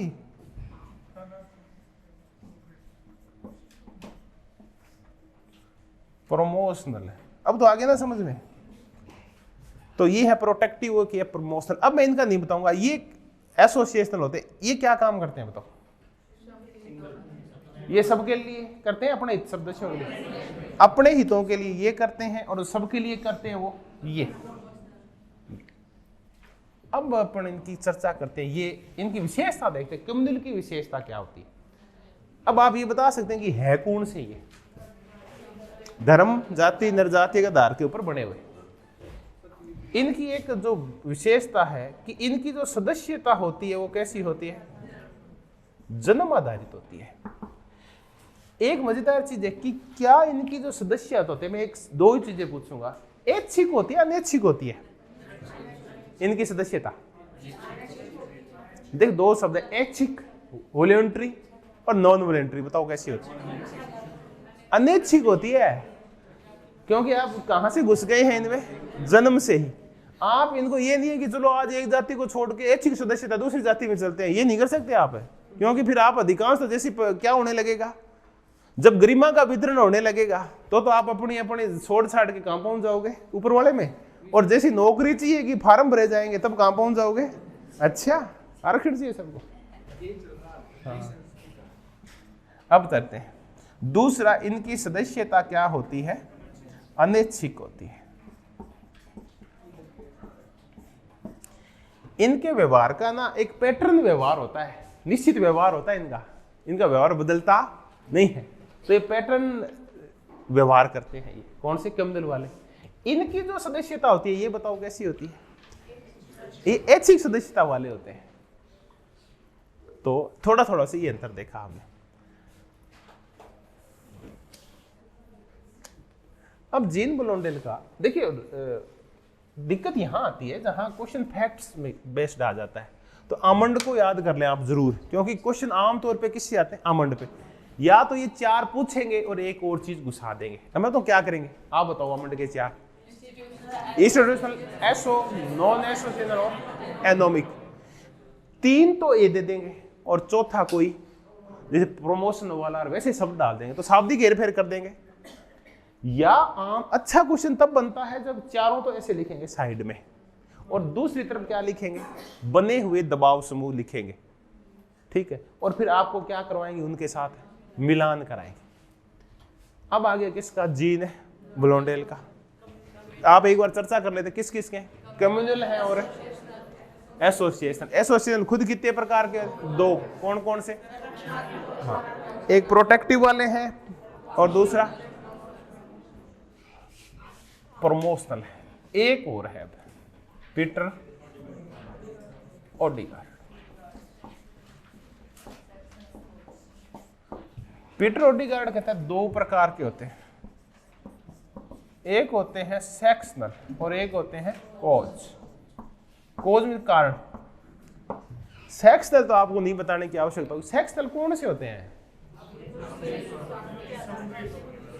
जो एक ही सेक्शन वर्ग के हितों के लिए बनते हैं वो सेक्शनल होते हैं।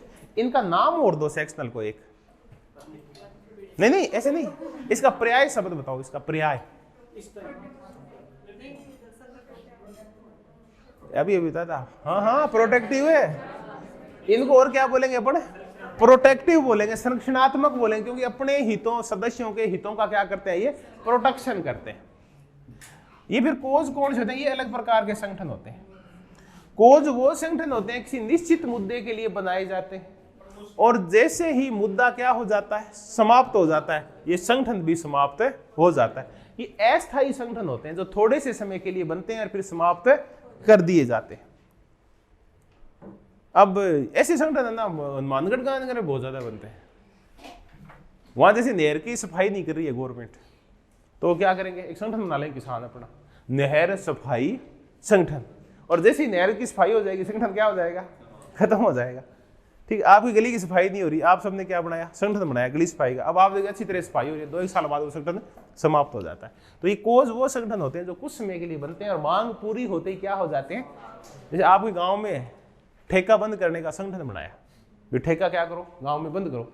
अब ठेका बंद हो गया तो बताओ संगठन क्या करेगा? वो समाप्त हो जाएगा। तो ये कौन से संगठन होते हैं? कोज होते हैं, जो थोड़े से समय के लिए मांग की पूर्ति के लिए बनते हैं। जैसे मांग पूर्ति हो जाती है, क्या हो जाता है? संगठन भी चला जाता है आपका। ये किसने बताया? पीटर ओडेगार्ड ने। पीटर ओडेगार्ड ने जिस शराबबंदी आंदोलन की चर्चा की थी, उस वो बताओ कौन सा संगठन था उसका, वो जिसकी वो चर्चा करता था?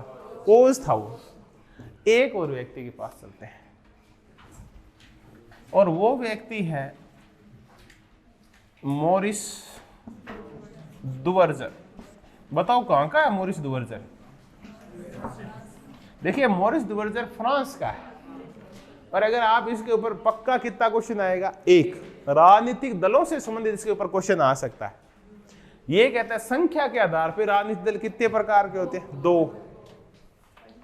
बताओ, कैडर एंड मास। फिर ये अपनी संरचना के आधार के ऊपर, इनर सर्किल के आधार के ऊपर कितने प्रकार के होते हैं? 4। वो बताओ। कॉक्स से शुरू होता है, कॉक्स, ब्रांच, सेल और मिलिशिया। ये 4 प्रकार हो गए। फिर ये कहते नहीं है, एक और आधार है इनका। हाँ, ये पैदा कैसे होते हैं? उत्पत्ति के आधार पे, आंतरिक और बाह्य। यही मॉरिस दुवर्जर कहता है कि एक आभासी दबाव समूह और होते हैं, सूडो, या इनको क्या बोले? कृत्रिम दबाव समूह होते हैं। ये वो दबाव समूह होते हैं जो सरकार पे दबाव अपने लिए नहीं बनाते, बल्कि किसी दूसरों के लिए बनाते हैं, ठेका लेते हैं दबाव बनाने का। और ऐसे संगठन है पैसे लेके और किसी और के हितों की पूर्ति के लिए सरकार पे दबाव बनाते हैं। अमेरिका में ये संगठन ज्यादा पाए जाते हैं। कौन से? आभासी और कृत्रिम संगठन। ये किसी और के लिए काम करते हैं, पैसा लेके, और ये काम करते हैं ऐसे। ये जो लॉबिंग करते हैं ना, जो लोग लॉबिंग नाम नहीं सुना आपने? अभी चर्चा करेंगे।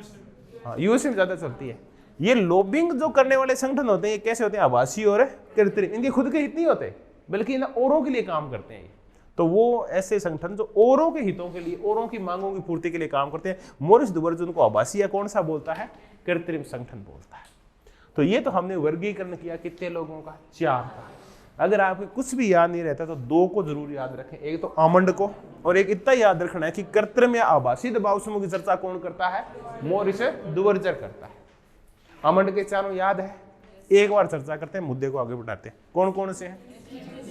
इंस्टीट्यूशनल, एसोसिएशनल, नॉन एसोसिएशनल और एनोमिक। अब अगली जो चर्चा है अपनी, अपन मॉडल्स करेंगे कि दबाव समूह है, इसके कितने मॉडल हैं, कितने प्रतिमान मिलते हैं, विभिन्न समय में कौन कौन से मॉडल आए। तो अब अपन इनके मॉडल्स की चर्चा करेंगे। तो अपन 3 मॉडल्स करेंगे इनके। एक हम करेंगे प्लूरलिस्ट मॉडल। कौन सा? बहुलवादी मॉडल। एक करेंगे अपन कॉरपोरेट। कॉरपोरेट को बोलते हैं निगमवादी मॉडल। बिल्कुल ही सिंपल है, कुछ नहीं करना, निगमवादी मॉडल। और तीसरा करेंगे न्यू राइट्स मॉडल, नव दक्षिण पंथ मॉडल।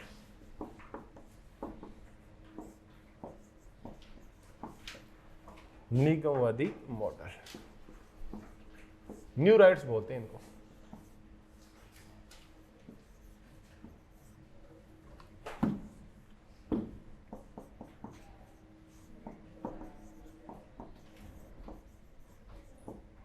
चलिए सबसे पहले किसकी चर्चा करें? बहुलवादी मॉडल की पहले चर्चा करते हैं।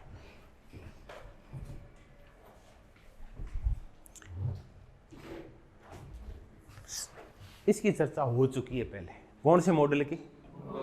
ये कहते हैं कि एक समाज में बहुत सारे क्या होते हैं? दबाव समूह होते हैं। वो एक दूसरे की शक्ति को क्या करते हैं? नियंत्रित करते हैं।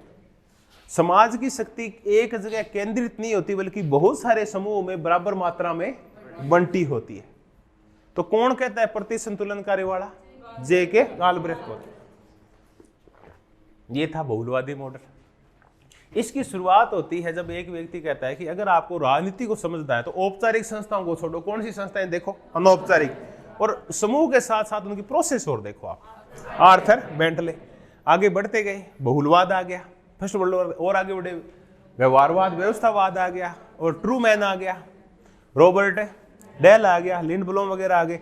ये सब चर्चा चली तो कौन सा मॉडल आया? बहुलवादी मॉडल आया। अब एक और मॉडल है, कौन सा? निगमवादी मॉडल। जैसे जैसे उद्योगों का विकास हुआ तो ये निगमवादी मॉडल, कॉर्पोरेट मॉडल आया। बिल्कुल सिंपल सा मॉडल है। ये त्रिपक्षीयकरण, ट्रिपलिज्म के ऊपर फेथ करता है। अब ये त्रिपक्षीयवाद क्या है? कि ना तीन पक्ष होते हैं, क्योंकि औद्योगिकरण हो गया। कॉर्पोरेट निगमवाद का संबंध औद्योगिकरण से, उन देशों में जिनमें औद्योगिकरण ज्यादा पाया जाता है, कि वहां ना तीन चीजें होती है। जो राजनीति में वहां आपको तीन चीजों को समझना होता है। एक तो आपको सरकार को समझना होता है, सरकार के साथ साथ एक होते हैं वो व्यवसायिक समूह, और दूसरे होते हैं मजदूरों के समूह। बस ये आपस में करते रहते हैं, काम चलता रहता है। तीन चीजें होती है। निगमवाद में कितनी चीजें होती है? तीन। कौन कौन से समूह? एक होती सरकार। सरकार में दखलंदाजी दो समूह रखते हैं, बताओ कौन कौन से? व्यवसायियों के समूह और मजदूरों के समूह। ब्रिटेन में चलते हैं, आपको फट से समझ में आ जाएगा वहां क्या लागू है, बताओ। मैं तो नहीं बताऊंगा निगमवाद लागू है नहीं है। वहां दो पार्टियां हैं। कौन कौन सी पार्टियां? एक तो कंजर्वेटिव है और लिबरल, पहले लिबरल हुआ करती थी। ये दोनों मिलके और किसके हितों को बढ़ावा दिया करती थी?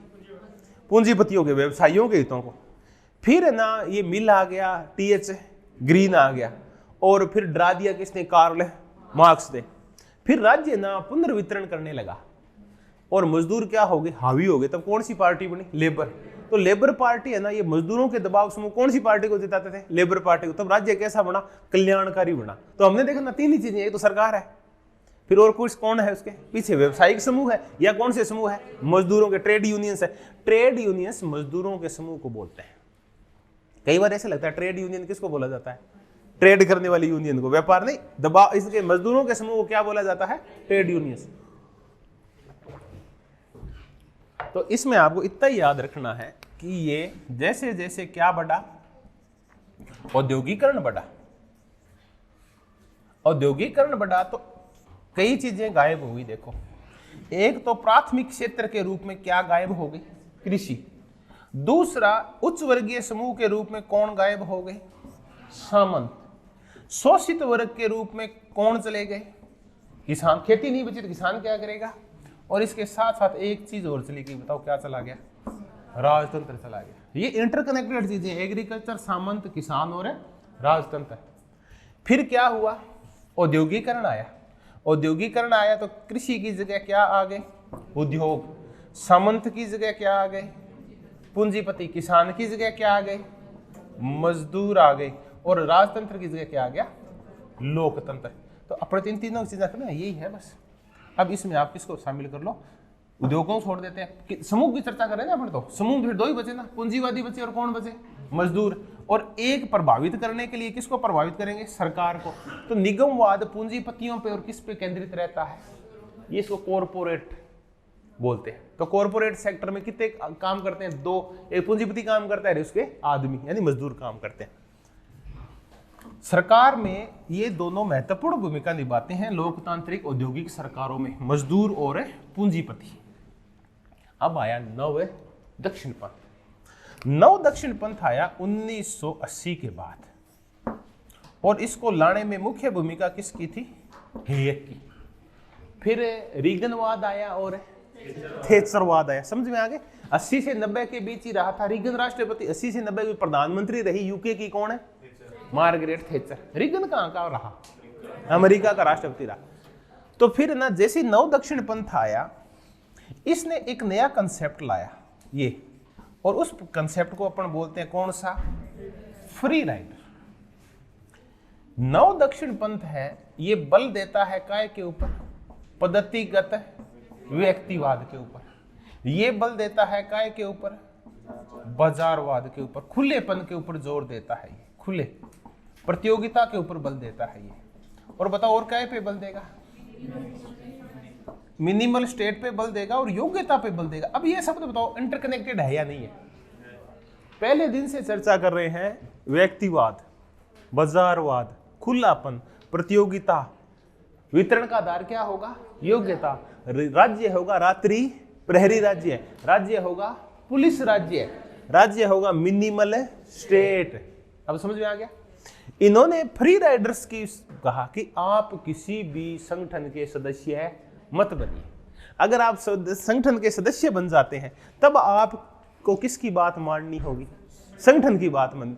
तो जब ये आए ना, तो उसके बाद पूंजीपतियों के समूह भी कोई बहुत ज्यादा नहीं बचे, मजदूरों के समूह तो हो ही क्या गए, समाप्ति हो गई। जब क्या आया? नव दक्षिण पंथ आया। 80 के बाद आपको मजदूर समूह का क्या दिखाई देगा? संसार में इनका डिक्लाइन शुरू देगा, आपको देखेगा ये डिके हो गया, इनका पतन होना शुरू होता है। तो नव दक्षिण पंथ आया, ये किसका विरोध करता है? निगमवाद का। निगमवाद किस किस के समूह को? ट्रेड यूनियंस को बहुत महत्व देता है, और किसको? पूंजीपतियों के समूह को। और ये बोला आप किसी के सदस्य नहीं बनेंगे, आप क्या करें? फ्री राइडिंग करें। तो आप जितनी फ्री राइडिंग करेंगे आपका विकास उतना ही ज्यादा होगा। अगर संगठन से आप बंध गए ना, तब आपको किसकी बातें माननी होगी? जो व्यक्तिवाद के लिए घातक होगा, आपके लिए प्रतियोगिता के लिए घातक होगा। क्या नहीं होगा? वहां खुलापन नहीं होगा। तो फिर ये नव दक्षिण पंथ है, ये दबाव समूह का समर्थक है या विरोधी है? एक नया मॉडल है जो दबाव समूह को मानता नहीं है। और कौन सी संकल्पना को बढ़ावा देता है? फ्री राइडर्स को बढ़ावा देता है। फ्री राइडर्स, खुले घूमो, आपको किसी भी संगठन का सदस्य बनने की। अगर आप ये क्यों नहीं कहता कि किसी संगठन का सदस्य क्यों नहीं बनने देता है? बस गुड वही मुद्दा है, आपकी स्वतंत्रता, आपका व्यक्तिवाद क्या हो जाएगा? खत्म हो जाएगा। इसलिए कहता है आप जितने ज्यादा फ्री राइडिंग करेंगे आप उतने ज्यादा आनंद उठा पाएंगे। संगठन से जुड़ने के बाद आपकी बहुत सारी स्वतंत्रताएं वो कम हो जाती है, और आपको समूह है ना फिर प्रभावित करता है अपने हिसाब से कार्रवाई करने के लिए। तो नव दक्षिण पंथ ने फ्री राइडर्स को बढ़ावा दिया।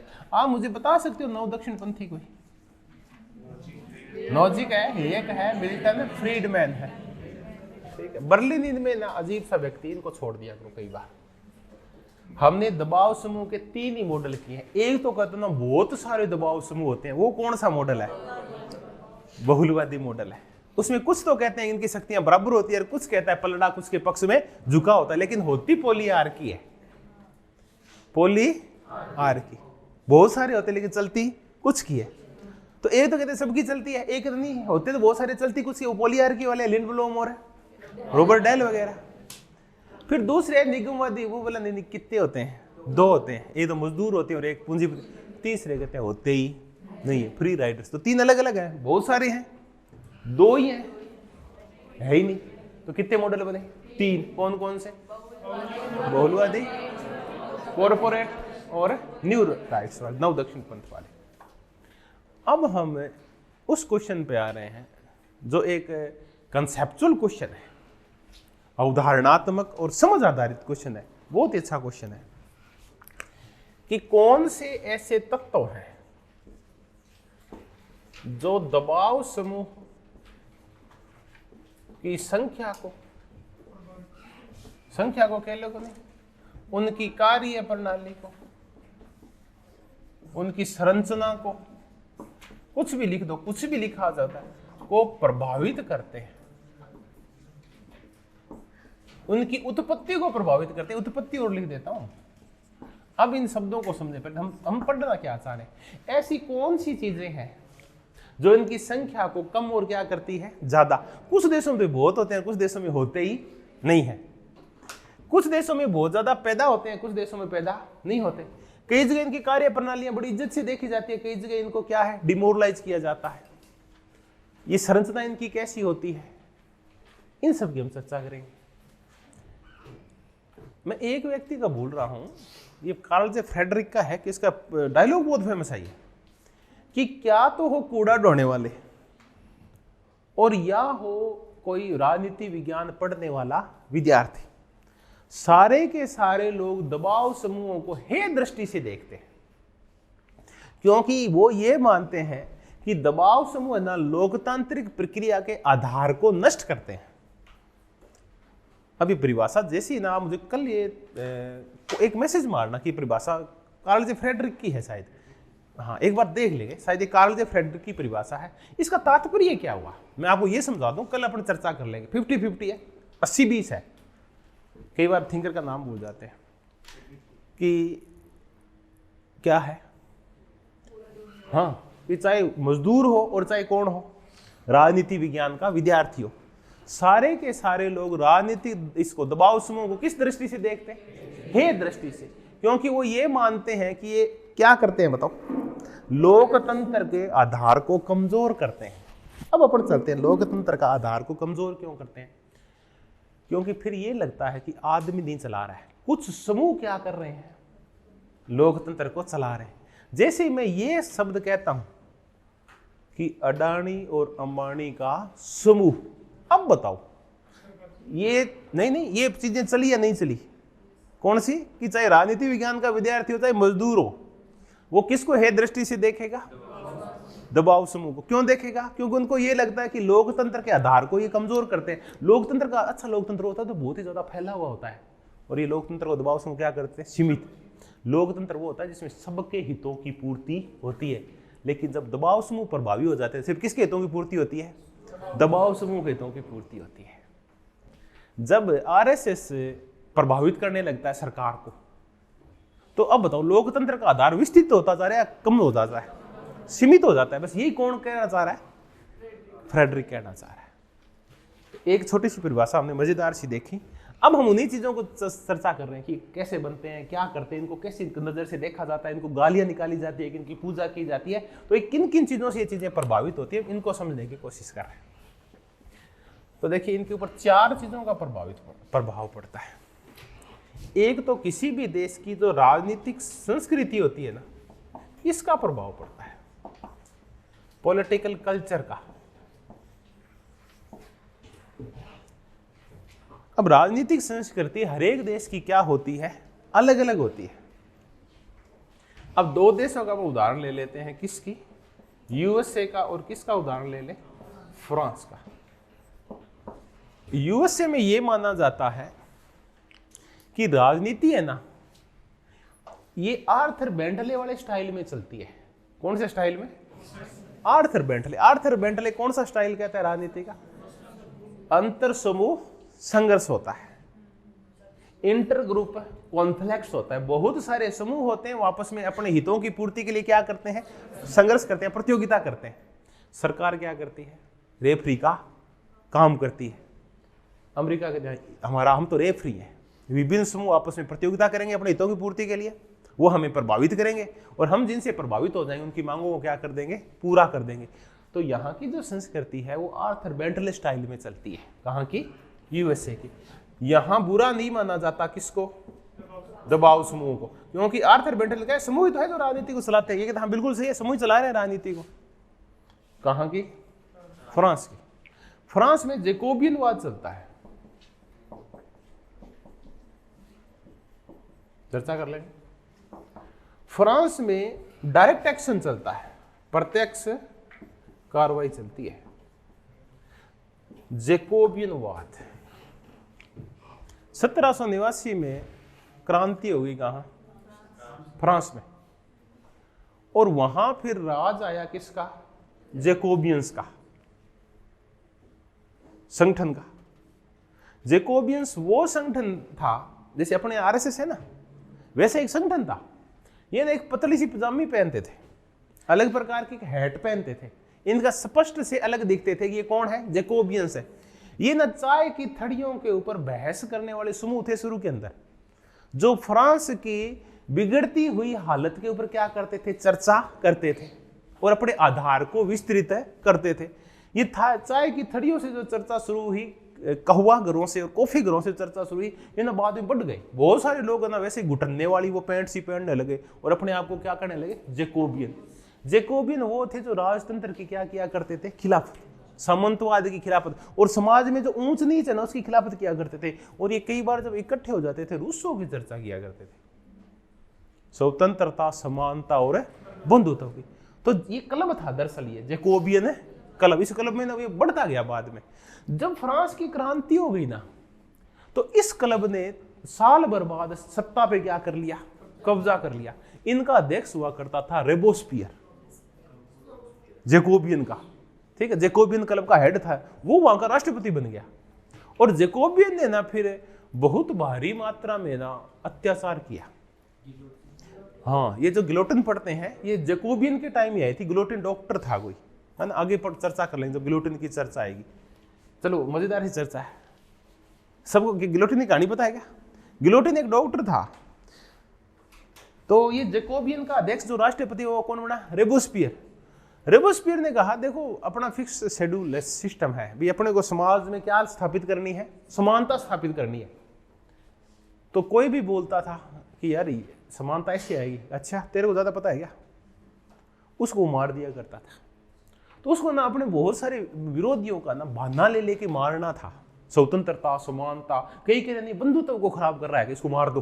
अब बंधुत्व की क्या परिभाषा है भाई? तो कुल मिला के उसका उद्देश्य था कि आतंक का राज स्थापित किया उसने।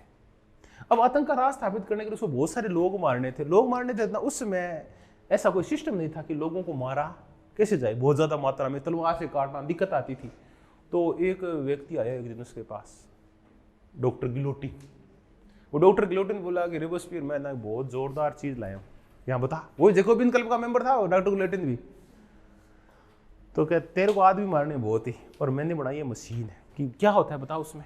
कि कुछ नहीं है, इसमें दो लकड़ियां ऐसे रखी हुई है, बीच में गैप है। तो ऐसे करे एक आदमी को खड़ा कर उसकी ऐसे क्या रख दे, गर्दन। ऊपर से क्या आएगा, एक हथौड़ा सा आएगा। वो हथौड़ा कहाँ गिरेगा, उसके गर्दन। तो उसकी गर्दन ना टूट जाएगी, क्योंकि कहाँ रखी होगी, बीच में गैप है, ऐसे गैप होगा, उसमें गर्दन फंसा दो, ऊपर से चोट मारोगे तो गर्दन क्या करेगी, टूट जाएगी, मर जाएगा वो। तो बोला यार गुलेटिन नहीं बोला, वो सीधा गुलेटिन या झूठ ना बोल गए, ऐसे बोलते ना, झूठ नहीं बोल रहा, बाप किस बन गए, मरता है आदमी से। वो बोला ना ना नहीं मरता इससे। वो क्या मरता है? मैंने बताया नहीं यार, मैंने देखा है, मैंने इसको कुछ चीजें रखे देखी, एक पुतला रख के देखा, उसका इतनी मजबूत गर्दन थी कि चलो चेक करो रे। तो सबसे पहले उसको चढ़ाया किसको गया था, इसी को चढ़ाया गया था। तो एकदम से जब मारना होता है ना, तब अपन क्या बोलते हैं, गिलोटिन बोलते हैं। तो तब अपने ना जहां एकदम से कानून को कि अब सारी बहस बंद करो, अब तो क्या होगी इसके ऊपर, वोटिंग होगी सीधी, तब अपन क्या बोलते हैं, क्या हो गया, गिलोटिन हो गया। तब से गिलोटिन वहां से शब्द आया, किसी चीज को एकदम से करना। तो हम तो चर्चा काय की कर रहे हैं, जैकोबियंस की। तो जैकोबियंस यहाँ कोई फिर सामने बोलता नहीं है, तो वो कौन सी पद्धति होगी? तो जहां जैकोबियंस चलते हैं तो आप जैकोबियंस के सामने बोल सकते हैं क्या? यहाँ तो आर्थर बेंटले कहता है बोलेंगे, कौन बोलेंगे, दबाव समूह बोलेंगे। और यहाँ अगर दबाव समूह बोल गया, क्योंकि फ्रांस में ये चलता है तब से ही, क्या चलता है, जैकोबियनवाद। यहाँ कोई समूह को बोलने नहीं देते, नंबर एक। दूसरा एक और है, दबाव समूह होते हैं ना, ये आपस में प्रति संतुलनकारी शक्तियां होती है, एक दूसरे के साथ है ना संतुलन बनाए रखते हैं। ये फ्रांस में कोई संतुलन नहीं होता, तभी तो 4 बार संविधान क्या किया, फाड़ दिया, एक तरफा चलते हैं ये। अगर इनको काम करना होता ना, तो ये नहीं है कि आपसे समझौता कर लेंगे, समझौता नहीं करते यहाँ समूह, सीधे क्या करते हैं, लड़ाई शुरू कर देते हैं, एक दूसरे को मार काट शुरू कर देते हैं। ये नहीं था कि भी सामंत और ये पूंजीपति, मजदूर और सारे बैठ के ना, और 1789 की क्रांति से पहले समझौता करे, समझौता नहीं करते, ये हमेशा क्रांति छेड़ देते हैं। तो जहां प्रत्यक्ष कार्रवाई होती है ना, वहां समूहों का महत्व नहीं होता, क्योंकि समूह होता है एक दूसरे से बात करके राजनीति करते हैं। और फ्रांस में बातचीत का तो मतलब ही नहीं है, ये तो एक्शन पहले लेंगे। तो फ्रांस में ना इनको ना अच्छा नहीं माना जाता कि इनको दबाव समूह को, क्योंकि वहां की कल्चर कैसी है, जैकोबियन है और कैसी है, प्रत्यक्ष। यह ना शांति है, बातचीत वाली है, विभिन्न समूह बातचीत करते हैं, इसलिए उनकी वहां ज्यादा वैल्यू है। यूएसए में बहुत ज्यादा चलते हैं, कहाँ नहीं चलते, फ्रांस में नहीं चलते, क्योंकि वहां इनको हे दृष्टि से देखा जाता है, क्योंकि यहाँ कल्चर ही ऐसी है। दूसरी है कौन सी संरचना? संस्थानात्मक संरचना कैसी है? अभी कई बार तो ये नहीं समझ में आता संस्थानात्मक संरचना क्या होती है, इंस्टीट्यूशंस का स्ट्रक्चर कैसा है।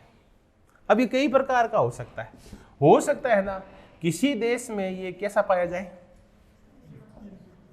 अध्यक्षात्मक पाया जाए, ये भी तो हो सकता है, और किसी देश में कैसा पाया जाए, संसदात्मक पाया जाए। हो सकता है किसी देश में सर्वाधिकारवाद हो और किसी देश में उदार लोकतंत्र हो, किसी में संघवाद हो सकता है और किसी में एकाधिकार हो सकता है। तो संस्थाओं की संरचना क्या हो सकती है, कई प्रकार से हो सकती है। अब देखें इस संस्थात्मक संरचना का प्रभाव कैसे पड़ता है, इसको समझने की थोड़ी सी कोशिश करते हैं।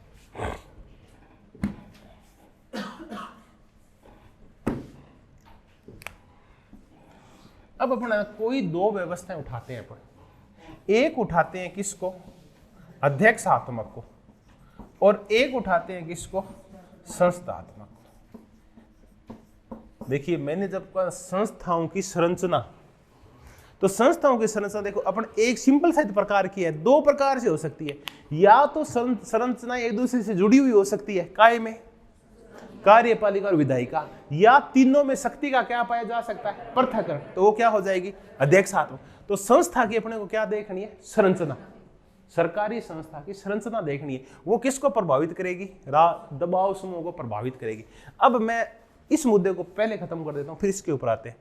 संसदात्मक व्यवस्था में होता क्या है, संसदात्मक व्यवस्था में एक तो जारी होता है क्या, व्हिप्स जारी होते हैं। दूसरे इसमें जो काम करते हैं, दलीय निष्ठा बहुत ज्यादा क्या होती है, ज्यादा होती है दलीय निष्ठा इसमें। और यहां ना मजबूत होते हैं वो कौन होते हैं, राजनीतिक दल ज्यादा जरूरी होते हैं यहाँ, क्योंकि सरकार जो बनती है वो बताओ किसकी बनती है, जिसके पास ज्यादा बहुमत होता है लोकप्रिय सदन में। अब यहां कोई आया, कौन आया, एक दबाव समूह आया, दबाव समूह आया और वो ना कॉमन सभा को बोला, कहां, ब्रिटेन में। कॉमन सभा में दो पार्टियां बैठी थी, कौन कौन सी, एक कंजर्वेटिव और दूसरी लेबर पार्टी। तो वो समूह बोला कि आप ऐसे करो, ये 4G स्पेक्ट्रम बिक रहा है, इसकी कीमत ना आप क्या कर दो, कम कर दो, कम कर दो। तो पार्टी में सरकार किसकी थी, ऐसा मान लेते, अनुदारवादियों की सरकार थी, कंजर्वेटिव की सरकार थी। तो कंजर्वेटिव के 20-25 MP से मिला, ये 50 से मिल लिया होगा। तो बोले देख भाई व्हिप जारी होगा और जैसे हमारा मंत्रिपरिषद निर्णय करेगी हमें उस साइड जाना होगा, हम तेरे लिए कुछ कर नहीं सकते। तो अब बीजेपी के MP हैं, ये बीजेपी से अलग जाके कोई निर्णय कर सकते हैं क्या, नहीं कर सकते। यहां दलीय निष्ठा क्या होती है, बहुत ही ज्यादा होती है। और ऊपर से क्या जारी कर दिया जाता है, व्हिप की, कल सारे आ जाना और इस पक्ष में वोट देना है, इसके विरोध में देना है। तो यहां दबाव समूह की ज्यादा चलती नहीं है। अब आ जाते हैं कौन से में, अध्यक्षात्मक। अध्यक्षात्मक में दलों का कोई महत्व नहीं होता, क्योंकि महत्व होता है राष्ट्रपति का, और राष्ट्रपति अलग काम करता रहता है और दोनों सदन क्या होते हैं, अलग होते हैं, क्योंकि विधायिका और कार्यपालिका दोनों क्या पाई जाती है, अलग अलग पाई जाती है। तब है ना यहां दलीय निष्ठा ना बहुत ही कमजोर होती है। दलीय निष्ठा कमजोर होती है तो अपन कहते हैं लॉन्ग रोलिंग पाई जाती है, लॉन्ग रोलिंग, यहां फिलिबस्टरिंग पाई जाती है, ऐसे कुछ शब्द आते हैं यहां, जब अमेरिका पढ़ेंगे तब करेंगे। यहां चलते चलते ही आप दबाव समूहों के प्रेशर में आके और अपनी पार्टी को छोड़ दें तो भी कुछ बिगड़ता नहीं है, क्योंकि यहाँ क्या जारी नहीं होते, व्हिप जारी नहीं होती। यहाँ दलीय निष्ठा कमजोर होती है। यहाँ कौन सी व्यवस्थाओं में, अध्यक्षात्मक व्यवस्थाओं में। अब यहाँ संसद के कितने सदन हैं, 2 सदन है। एक तो है सदन है, अरे एक तो सीनेट है और दूसरा प्रतिनिधि सभा है, प्रतिनिधि सदन।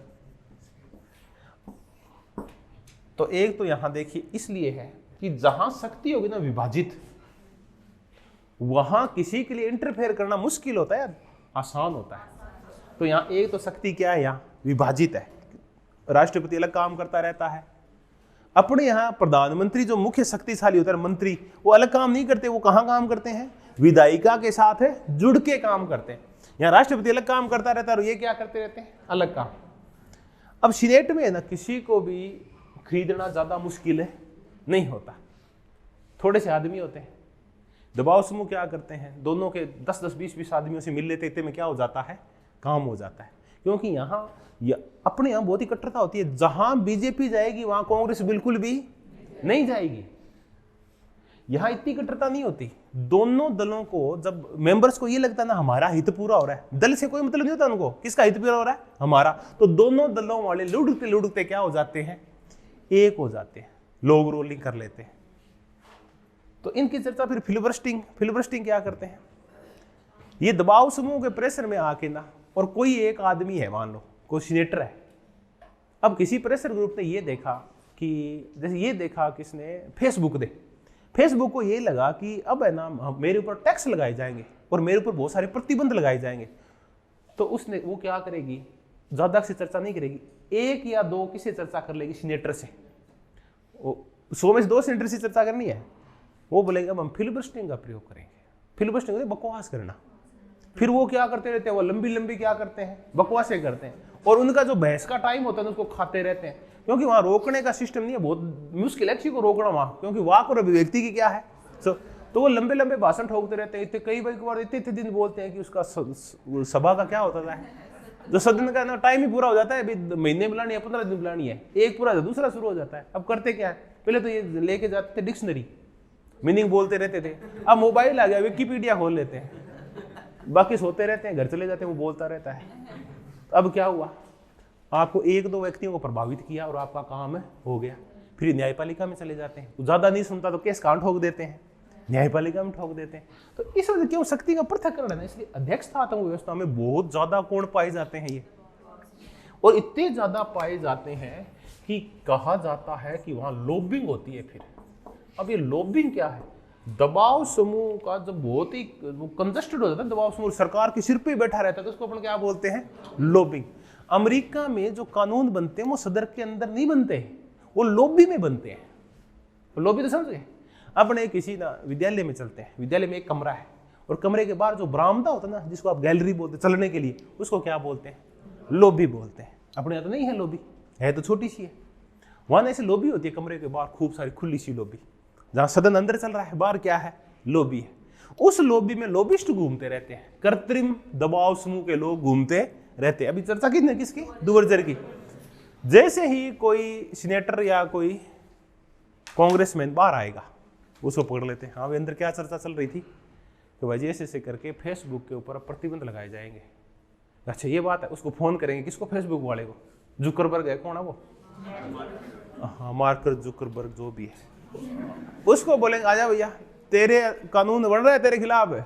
वो बोला यार वो तो कितने पैसे लोगे, कि लॉबिंग करने के कितने पैसे लेंगे, अभी हमारे पास ही खड़ा है एक बंदा, तो अभी चर्चा कर लेते हैं। वो उसको कोने में ले जाते हैं, आओ कॉफी पीते हैं। कॉफी पीते पीते ही उसकी जेब को क्या कर देते हैं, या आगे भी चुनाव लड़ोगे तब कर देंगे, जो भी है, या आपको फ्री में कनेक्शन दिला देंगे, या आपको पैसा नहीं लगेगा रिचार्ज का, ऐसा जो भी है उनका। अब इस एक व्यक्ति को प्रभावित कर लिया उन्होंने, किसको, सीनेटर को, कि अब अंदर वो कानून पारित नहीं होना चाहिए, आप देख लेना। तो अंदर वो जाके ना फिर वो बकवास करने लगता है, लंबी बकवास है, या अंदर जाके कहता है मैं सेटिंग कर आया। जो भी दूसरे दल वाले उनके कहता है तुम्हें कुछ चाहिए, क्या चाहिए, तो मैं सेटिंग कर आया। तो सारे दल वाले क्या हो जाते हैं, कई बार दोनों दलों के विरोधी दल, रिपब्लिकन भी और डेमोक्रेट क्या हो जाते हैं, एक हो जाते हैं। एक होके जो कानून बन रहा था फेसबुक के लिए उसको रोक देते। तो बताओ कानून कहां बन रहा था, लॉबी मध्य वहां कानून, इसलिए क्या बोलते हैं, लॉबिंग बोलते हैं इस चीज को। तो ये लॉबिंग है ना, ये जब दबाव समूह बहुत ज्यादा कंजस्टेड होता है ना और सीधा प्रभावित करने लगता है, तब इसको क्या बोलते हैं, लॉबिंग। तो अमेरिका में लॉबिंग बहुत चलती है। तब कहते हैं कि यहाँ के नेता इतने ही चलते हैं कि जिसको इनको चलने देता है कौन, पूंजीपतियों के संगठन, कि इनकी लातें कहां बंद रहती है, पूंजीपतियों की तिजोरियों में बंद रहती है। तो इतने ही स्वतंत्र है जितना को चाबी खोलेंगे। अपने कहते हैं कि अपने उतने ही चलेंगे जितने राम जी ने चाबी भरी है, ना क्योंकि अपने तो राम जी मुख्य है यहाँ, वो जितनी चाबी भरते उतनी चलते हैं अपन। वहां चाबी कौन भरता है? पूंजीपति भरता है, उतना ही चलेंगे जितना पूंजीपति क्या भरेगा, चाबी। तब अपन चलते हैं शी राइट मिल्स के पास। शी राइट मिल्स क्या बोलता है? पावर इलीट्स, कि मेरे देश को कौन चलाते हैं? लॉबी में दो दबाव समूह बैठे हुए हैं, सेना का और उद्योग वालों का, और वो किससे मिल गए हैं? नेताओं से। तो तीन ही लोग चलाते हैं मेरे देश को।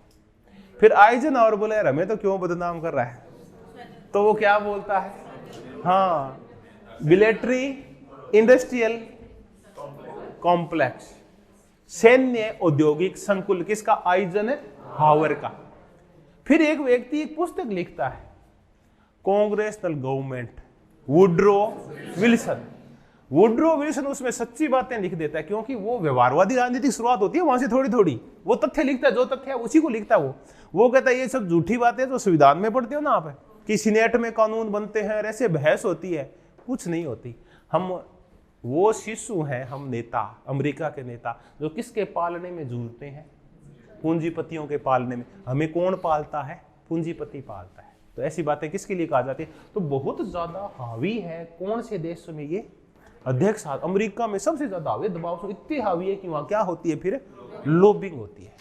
तो हमने देखा कि इसके लिए आपको यह भी देखना पड़ेगा कि संरचनाओं का ढांचा कैसा है।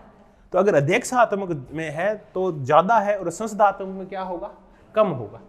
अब और चलते हैं, राजनीति दलीय प्रणाली कैसी है। अब आपको लास्ट में चार ही चीजें याद करनी है बस।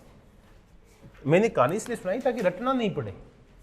संरचनाएं कैसी है? किसकी? संस्था की, संस्थात्मक संरचना। अब आ गया एक और, यहां की दलीय प्रणाली कैसी है। अब मैं जैसे दलीय प्रणाली की चर्चा करूंगा तब अब मैं नहीं बताऊंगा दलीय प्रणाली कितने प्रकार की होती है। ये बड़ी बड़ी तो तीन ही प्रकार की होती है, या तो एक दलीय हो सकती है एक देश में, या द्विदलीय हो सकती है, या बहुदलीय हो सकती है। एक दलीय खुद तीन प्रकार की होती है। एक दलीय प्रभुताओं, गुड, एक दलीय और एक दलीय सर्वाधिकारवादी। तो अब आप बिल्कुल पहचान सकते हैं, जहां प्रणाली होती है एक दलीय, वहां ये क्या पाए जाते हैं? कम पाए जाते हैं। हिटलर कोई समूह को बोलने थोड़ी देगा। और जहां होती है बहुदलीय प्रणाली, वहां हर एक दल को पैसा भी चाहिए और समर्थन भी चाहिए, तो वहां ये क्या करते हैं? राजनीतिक दलों से दोस्ती कर लेते हैं। तो ये बहुत ही ज्यादा होते हैं। तो क्यों? हर एक दल जीतना चाहता है, हर एक दल जीतना चाहता है, तो ज्यादा से ज्यादा समूहों को क्या रखता है? अपने साथ करना चाहता है, ताकि चंदा मिल जाए। वो चाहेगा मजदूर भी मेरे साथ आ जाए, पूंजीपति मेरे साथ आ जाए, वकील भी आ जाए। तो ज्यादा से ज्यादा समूह को अपने साथ जोड़ना चाहता है बहुदलीय व्यवस्था में, ताकि उसका दल, तो एक दलीय में तो पता ही है वोट उसी को जाएगा, तो क्यों तोड़ेगा उस दलों को? जोड़ता तब है जब व्यवस्था कैसी होती है? बहुदलीय। तो अपनी जीत सुनिश्चित करने के लिए ये कौन सी व्यवस्था में ज्यादा पाए जाते हैं? बहुदलीय व्यवस्था में दबाव समूह बहुत होते हैं। तो अब हम दलीय प्रणाली से भी समझे कि एक दलीय में कम होते हैं और बहुदलीय में ज्यादा होते हैं। संगठन, संस्था की संरचना में हमने अध्यक्षात्मक देखा हो रहा है, अध्यक्षात्मक ज्यादा होते हैं, संस्थात्मक में कम होते हैं। संस्कृति में देखा, यूएसए की और फ्रांस की कल्चर क्या है? अलग अलग है। अब हम एक अंतिम चर्चा करते हैं पब्लिक पॉलिसी की। चौथा बिंदु और कर लेते हैं, लोक नीति का निर्माण कैसे होता है? लोक नीति का निर्माण, देखिए लोक नीति का निर्माण दो तरीके से हो सकता है। या तो लोक नीति का निर्माण सेंट्रलाइज्ड किया जाए और या डिसेंट्रलाइज्ड किया जाए, या तो विकेंद्रीकृत किया जाए या केंद्रीकृत किया जाए। अपने यहां पंचवर्षीय योजनाएं बनाई जाती थी, याद आ रहा आपको? उस टाइम अपना पूरा प्लानिंग का जो ढांचा था वो सेंट्रलाइज्ड था। ये जरूर किया करता था ये आलूवालिया जैसे लोग, जिसको अहलूवालिया बोलते हो, मोन्टेक आलूवालिया। ये ना आपने सुना होगा कि आज इसने किसान प्रतिनिधियों को बुलाया, आज इसने मजदूरों के प्रतिनिधियों को बुलाया, क्योंकि प्लान क्या की जा रही थी? फाइनल की जा रही थी, 5 ईयर प्लान। तो अपने यहाँ बुलाते थे, कोई ज्यादा उनका योगदान नहीं था, होता वही था जो अहलूवालिया चाहता था। मतलब मैं कहना चाह रहा हूँ योजना आयोग ही अपने यहाँ पॉलिसी को फाइनल करता था। वो विभिन्न दबाव समूह से पूछता तो था कि करना क्या है, लेकिन ज्यादा मानता नहीं था। तो अगर लोक नीति पब्लिक पॉलिसी क्या है, केंद्रित है कुछ ही सरकारी संस्थानों के पास, नौकर से अगर लोक नीति बना रही है तो वहां फिर दबाव समूह की चलती नहीं है ज्यादा। अगर किसी भी देश में लोक नीति कौन से पैटर्न पे बनती है, विकेंद्रीकृत है अगर मान लेते हैं, तब किसकी चलती है, फिर दबाव समूह की बहुत ज्यादा चलती है। जर्मनी में जब भी कोई कानून बनाना होता है, जब भी कोई निर्णय करना होता है, जब भी कोई पॉलिसी बनानी होती है, पब्लिक पॉलिसी जन कल्याण की या युद्ध की या कोई सी नीति बनानी होती है, उसमें वहां मजदूरों से, वहां के व्यवसायियों से, ट्रेड यूनियन से पक्का पूछा जाता है। तो जर्मनी में ना बहुत ज्यादा भागीदारी कर देते हैं कौन, दबाव समूह। और क्योंकि वहां पब्लिक पॉलिसी का सिस्टम कौन सा है, विकेंद्रीकृत है।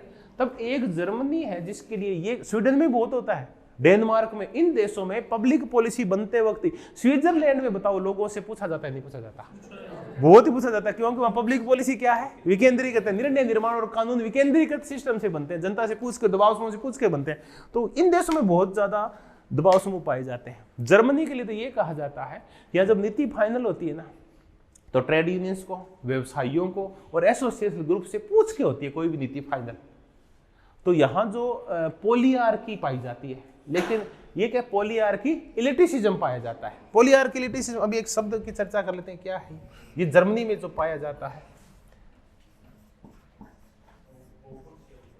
हाँ, पॉलीआर्की तो पॉलीआर्की है, बहु अल्पतंत्र, इनका क्या पाया जाता है, फिर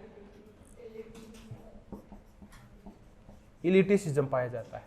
इसका तात्पर्य ये है कि जब भी नीति निर्धारित की जाती है तो क्या आमजन से पूछा गया क्या, मुझे तो इतना बता दो। मैं तो आपसे ये पूछना चाह रहा हूं, आमजन से पूछा गया क्या, नहीं पूछा गया। जब आमजन से नहीं पूछा गया तो बताओ किसकी चली, अभिजन की चली, बात खत्म हो गई। अब करते हैं कौन सी, पॉलीआर्की। बहुत सारे हैं लेकिन चलती किसकी है, कुछ की चलती है। तो बहुत सारे वहां दबाव समूह है, लेकिन कितने प्रकार के दबाव समूह को बुलाया जाता है, 3। एक जो मजदूरों से जुड़े हुए हैं, दूसरे जो व्यवसायियों से जुड़े हैं, तीसरे कुछ और है एसोसिएशनल टाइप, उनको बुलाया जाता है। या मुख्य ऐसा मान लो 2 को ही बुलाया जाता है, मजदूरों को और व्यवसायियों को। निगमवाद वाली सी चर्चा होगी ना। तो यहाँ पॉलीआर्की क्या पाई जाती है, इलिटिसिज्म। जनता की बजाय समूह ज्यादा महत्वपूर्ण है और समूह में कुछ समूहों की चलती है। तो ये कहाँ पाई जाती है, जर्मनी में। शब्द याद रह जाए तो ठीक है, वरना कोई अति आवश्यक नहीं ऐसा शब्द। लेकिन हमने 4 प्रकार, 4 तरीके याद रखने हैं जो किसको प्रभावित करते हैं, दबाव समूहों की प्रकृति को। कितने होंगे, कम होंगे, ज्यादा होंगे, उनकी वैल्यू होगी या नहीं होगी, उनकी भागीदारी क्या होगी, ये 4 चीजें प्रभावित करती है इनको। अब मैं इन सबको हटाऊंगा और आप मुझे उदाहरण सहित बताना कि कौन सी 4 चीजें हैं जो प्रभावित करती है। हेलो, अब बताओ, एक मैंने आपको कहा था, एक तो प्रभावित करती है कौन सी, राजनीतिक संस्कृति, पॉलिटिकल कल्चर। ये कैसी हो सकती है, मैंने बताया, अमेरिका वाली हो सकती है खुली उदार, या फ्रांस वाली प्रत्यक्ष कार्रवाई वाली हो सकती है, ये प्रभावित करती है। दूसरा, संस्थाएं कैसी बनी हुई है, उनके आपस में संबंध कैसे हैं। अगर घनिष्ठ संबंध है तो संस्कृत, और शक्ति पृथक्करण है तो हमने संस्था का जब चर्चा की तो हमने 2 हिसाब से बांट लिया, अध्यक्षात्मक और संस्थात्मक। फिर हमने की पार्टी सिस्टम, दलीय व्यवस्था। दल, ये व्यवस्था 3 प्रकार की, हमने 2 की चर्चा की, एक दलीय और बहुदलीय। अंत में जो मजेदार चर्चा की थी, बताओ क्या थी, पब्लिक पॉलिसी। पब्लिक पॉलिसी या तो केंद्रीकृत हो सकती है या विकेंद्रीकृत हो सकती है। केंद्रीकृत में भागीदारी कम होगी, विकेंद्रीकृत में ज्यादा होगी। तो आज हमने एक टॉपिक पूरा कर लिया, कौन सा, दबाव समूह। अब इस दबाव समूह को मैं अगले 5 मिनट में रिपीट करता हूं।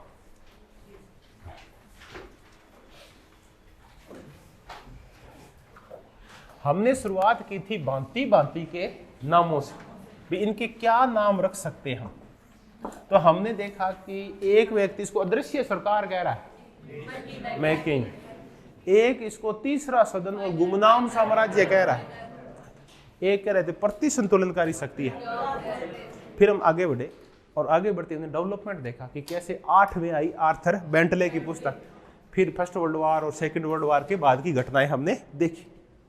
फिर हमने टाइप्स देखे, ये कम्युनल होते हैं, ये इंस्टीट्यूशनल होते हैं, ये एसोसिएशनल होते हैं, ये प्रमोशनल होते हैं, एक और होते हैं जो सेक्शनल। सेक्शनल होते हैं ये प्राइवेट इंटरेस्ट ग्रुप होते हैं, और जो प्रमोशनल है वो पब्लिक होते हैं, ऐसा अमेरिका के लोग बोलते हैं। फिर हमने वर्गीकरण शुरू किया आमंड से, कितने प्रकार का, 4, उनकी चर्चा कर। इंस्टीट्यूशनल, एसो, नॉन एसोसिएशनल, एनोमिक। आतंकवादी समूह कौन से होते हैं, एनोमिक होते हैं। फिर जीन ब्लांडेल की चर्चा की, 2 ही प्रकार की है, एक है कम्युनल और दूसरे हैं एसोसिएशनल। एसोसिएशनल फिर कितने भागों में, 2 में थे। फिर हम आ गए थे पीटर ओडीगार्ड के ऊपर, कोज कौन से संगठन होते हैं, सेक्शनल और कोज। सेक्शनल जो अपने सेक्शन के लिए काम करते हैं, सिर्फ अपने हितों का प्रोटेक्शन करते हैं। कोज जो कुछ समय के लिए बनते बाद में समाप्त हो जाते हैं, किसी एक कारण के लिए बने समाप्त हो गए। फिर एक कर्तव्य और आभासी दबाव समूह किए थे।